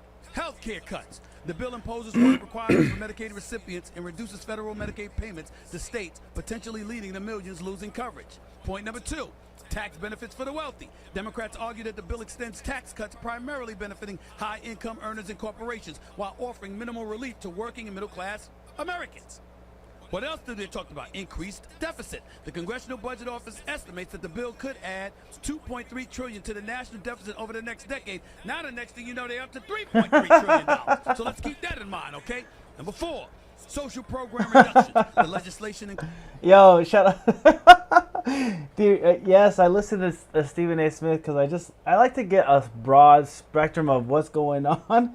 And yeah, he is the ESPN guy, but he has some shit to say sometimes. And then, I mean, he has some pull in, actually in the Democratic Party where, like, people like him. So he might be running for office pretty soon. So it's always cool to hear what other people have to say that aren't in politics. Like, no one likes him. I know. Not We'll see what he has to say though. Significant cuts to SNAP. Yeah. Yeah, I agree with you. I agree with you. That's food assistance and other safety net programs which Democrats believe will exacerbate poverty and hunger. Last but not least, restrictions on reproductive and LGBTQ plus health care. The bill prohibits Medicaid from covering gender-affirming care and services provided by clinics that offer abortions aligning with conservative social policies. That last part right there, you're going to have some people that's up in the air about that. And I'll tell you where you're going to lose that argument if you're the Democrats. You're going to lose that argument is that if you are of the mindset. See, I like when he does this kind of stuff, like where he's like kind of giving like a play-by-play on what each party is doing, because he's a sports analyst, so he kind of sees like you're going to lose the popularity of your base because of the moves you're making, and that's what he's doing right here. So I kind of listen to him for that reason. He's pretty good at that kind of stuff. But you know what? We support stuff without parental guidance and without parental interference. When you're trying to sit up there and promote children being able to make decisions for themselves, parents ain't gonna go for that. Oh man, okay. Trump thoughts on Trump being a two-faced crap, trying to claim to be anti-party but still falling in line to Israel. Yeah, so when Netanyahu came over to dinner for the past 2 days, and he gave him that little letter for the Nobel Prize, that's just him buttering up, right? But also, it just happened to be the same week that Epstein lists were gone, and you know that Mossad is part of that, which is Maxwell, the girlfriend, Giselle. I forgot to get Epstein's girlfriend that's still in jail. Her dad is part of Mossad, and it's just weird that Mossad came to America the same week that all this shit went down, and all of a sudden there's no more lists. There was never a list. The list is gone after months and months and months of talking about it from the presidency. 50% of anyone who votes for Trump is because he is supposed to be anti-norm, anti-party. Him falling in line with Israel kind of crashed the party. We all know he's just the same. Yeah, I mean, Israel runs America for sure. There's a lot of like mutual interest. And it's not just Trump though. It's also Democrats. It's the same thing. They both align with Israel. Because if it was going to be the Democrats in party, like say Kamala won, she still would have bombed the shit out of Iran. There's no way about that. They would have still been Israel's little bitch. Yes, Israel owns us. How do they own us though? They own us through the banks, right? And they own us through the blackmail. What Epstein and the Diddy case and all that stuff. Their intelligence has that. So, yes, we're part of the machine. We're part of the machine. Parents ain't gonna go for that. So you need to do everything that you can, even though that's not gonna happen under Trump's administration. You need to do everything you can to separate yourself from that issue. Tell you that right now, because you're gonna lose. Diddy getting off was the worst thing I've ever seen. They had supposedly they had nothing on him, bro. I think it was for Rico. They got nothing on him. And okay, another fact about that Diddy case and the Epstein case. Comey was head of the FBI, right? Comey was head of the FBI 2013, 2017. Comey's daughter is in charge of the evidence for Diddy case and Epstein case. Comey's daughter got rid of the evidence. Yes, exactly. You know FBI track record, exactly. Comey's daughter took it out. Now, having said all that, to get back to the Republicans and this representative from North Carolina who's not going to run again, the senator, I believe. Let's understand something here. When you have GOP members talking about they're going to have 600,000 plus members of their constituency that are going to be without health care in a matter of years? Like I said, I like to take in a lot of different takes. You missed, I'm not sure how long you've been with us in the thing, but just hearing his voice. I understand. Yeah, I feel you. We're almost done with the stream. I was up, I do streams from 8 p.m. to 12. So we're just gonna finish off with this one. We were on the liberal side. We were on the conservative side. We were like, I go on different takes on the same. Oh, I love sports too. I love UFC, bro. I love UFC. I mean, I love Stuart Scott. If I don't know the names of the person that's fighting, I don't really give a fuck. But I usually watch sports. That's what's going on in North Carolina. That's why that senator won't support the big, beautiful bill that's presently constructed. That's what's going on. I believe you. The fact that millions upon millions of people are in danger of losing their health care. Ladies and gentlemen, we've got ourselves a problem. Yeah, I was wondering what the cutoff was for the Medicare, because I've heard some people like were really worried about that. Oh, and my pack just fucking finally got. Hold on, let's see what I get first. Let's see what I get before I go on. Come on, we just got this pack. Come on, give me something good. Give me something good. Come on, give me something good. I feel good about. Let's see. This one feels no. What's a good pack? I kind of feel good about this pack. All right, let's see. Let's see what I get. Come on, give me something good. Oh, I got nothing. Fuck. All right, let's go back to the video. Because the GOP swore to us that wasn't happening. GOP swore to us that wasn't a concern that we had. Donald Trump swore that wasn't a concern we were going to have. I will be honest. I'm a person who lives like a and now homeless members person. of his own party are jumping ship. So wait, you're a multimillionaire but lives like a homeless person? Like, do you choose not to use your family's income as a source of as a resource, or your family treat you like crap? Why do they treat you? Why does your family treat you like crap? Why does your family treat you like crap? That's what I'm asking. And if this continues, all you need is one or two more officials to go against them. I smell bad and don't dress well. I don't have a job. I mean, dude, when you have all the resources, a multi-million resource, why the fuck would you get a job? That's like, that don't make no sense. You would go into the business of your family, right? And then work with them and learn off the trade that they're doing. And then the smell bad thing is hygienic. You could take a shower. Dressing well, you got the money to make it. I don't know. I have money. They don't know I have money. Like, do you want to keep it that they don't know that you have money? That's the thing. Like, are you keeping a facade? Like, are you keeping that image so that they don't ask you for money, or they don't come? Like, what? Like, does their thought of you really matter? Why would you want to keep that thought of the? Why would you want to keep that thought process of them to you? Like, I want to keep it that way. Are you like worried that they'll take your money, or I don't understand. Like, what if they're already multimillionaires? But you're talking about your family, right? And they're already rich. So why would they worry about you? Is what I'm saying. Like, if they were poor and you were rich, I'd be like, ah, yeah, I get it. My family is not rich. Oh, okay, I got it. Now it makes sense. You're the rich guy, but you keep it low key. That makes sense. You don't like them. That makes sense. They're not going to get the bill to the You right for that. That makes sense. desk. Now Trump's giving them a July 4th deadline. It's July 1st tomorrow. Yeah, you take care of the family when you need to. And we keep it low key though. I understand that. Shit. Hey, that's what I'm trying to.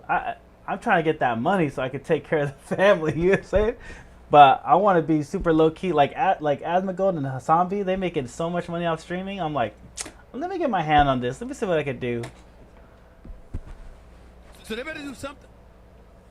They better do something. But I'm going to tell you something right now.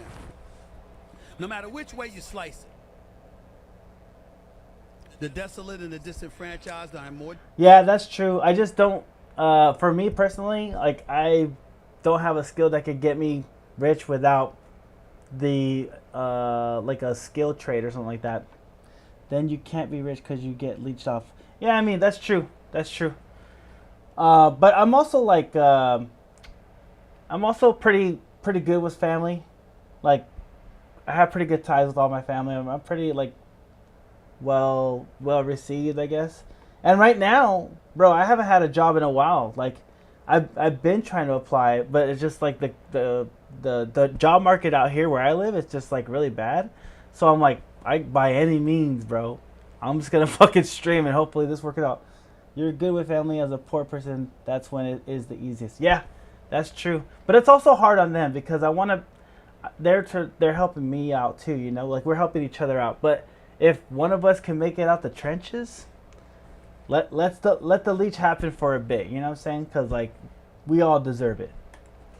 Now than they were. Exactly. Family wants to help, and I want to help family. There seems to be some inconsistencies and some untruths being told by our elected officials. Clearly, millions of people are going to have their health care compromised. And I'm thinking about all of this, and I'm saying, what in the hell is going on? I can't believe it myself. Yeah, it can be. Yeah, it could also be the worst thing too. So I understand that you want to keep them away. I understand that. Family, country, job. Yep. Family, country, job. Exactly. Purpose, I would say. Family, country, and purpose. Like, to feel like you're doing something worth doing. Yeah, I get you. But I tell you, something better be done. Something's going to have to be done. Because if they don't fix this quick, fast, and in a hurry, the Republicans are going to be in trouble during the midterms. Yeah. The Republicans only have what, J.D. Vance as the Republican candidate? Because I can't think of anybody else that Republicans would want. I can't think of anybody else. And Trump knows it. And if the Republicans lose the midterms in the House, in the Senate, where the Democrats get a majority, he's not going to be able to get anything passed. And he knows it. Yeah, like when I didn't have family, like when I was on my own, bro, I didn't give a fuck about anything. I was getting fucked up, like having fun, just trying to find the next high, just trying to find the next thrill. Which I still have fun, don't get me wrong, but it's like now I'm like thinking 10 moves ahead instead of just one move ahead, I guess. Like I only have one purpose. It's like get fucked up, fuck bitches. That's all I did when I was young. Now that I'm like a little bit older, I'm like, okay, I gotta solidify myself. Yeah, that's all I'm trying to do is make a name, make some money, and get through this fucking life. I'm just looking at some of these things here. Some of the things that the Republicans swore up and down. And it is getting alarming. Talk about the cost of Medicaid up 78%, Medicare up 75%, Social Security up 73%. So are people getting kicked off of Medicare? Is that what they're worried about? Like, what's the qualifications? I want to figure that out pretty soon. I'll probably figure that out tomorrow night, to be honest. Democrats are saying Americans. Are you from Kentucky? Reds, we don't. The kid from Kentucky. Are you from that area? These are the Republicans that send me these notes. Democrats are saying Americans will die with that massive increase in spending. Senate Republicans are right saying we need to cut it. But the bottom line is they're trying to jumpstart the economy. See, in the end, what Trump believes at his heart of hearts is that everything is stirred by the economy. As long as the economy is flowing, people ain't worried about it. So what? Medicare cost and Medicaid cost and all of this other stuff comes into flow. If you have a flourishing economy, then ultimately people will be able to afford to spend. And as a result, they'll be able to take better care of themselves in the process. That's what he's thinking. Whether I'm buying that, I'm not sure. I'm going to listen to more and more because what I really, really want to hear more about is these assertions that millions are going to lose health insurance. That's what I'm worried about too. That's what I want to find out. Me too. That's what I want to find out. That's what we all need to be looking at right now. Mike, it's time for... My thing is, I want to find out what the qualifications are because like some people are worried that they're going to die because they're not going to have their medication available for them because they're going to get kicked off of Medicare. and then their bills are going to skyrocket up and they can't afford it. But like, I'm not sure what that bill says. I just hear people saying it's bad, but I don't know what's in it. I haven't read it myself, you know? All right, guys, I think that's it for tonight. I'm going to wind down for an hour before I knock out because I just took in so much about the flood, the Epstein list, and now the big, beautiful bill. I'll be on tomorrow, same time, 8 p.m. Pacific Standard Time because I'm from California. I'll be on from 8 to 12. I'll try to make that 4-hour gap my main thing. I'm going to keep continuing this. This is my 3rd day of streaming, so, you know, be easy on me. I'm going to go for the 4th day. I'll try to make it at least 6 days out of the week that I stream if I'm off Saturdays or something like that. I'm not sure what I'm going to do, but I will be back 8 p.m. tomorrow. I will see you all then. Thank you so much for hanging out with me. Let's get to it. Let's go to sleep, get some good rest, get good exercise tomorrow, drink plenty of water, and have a good night, guys.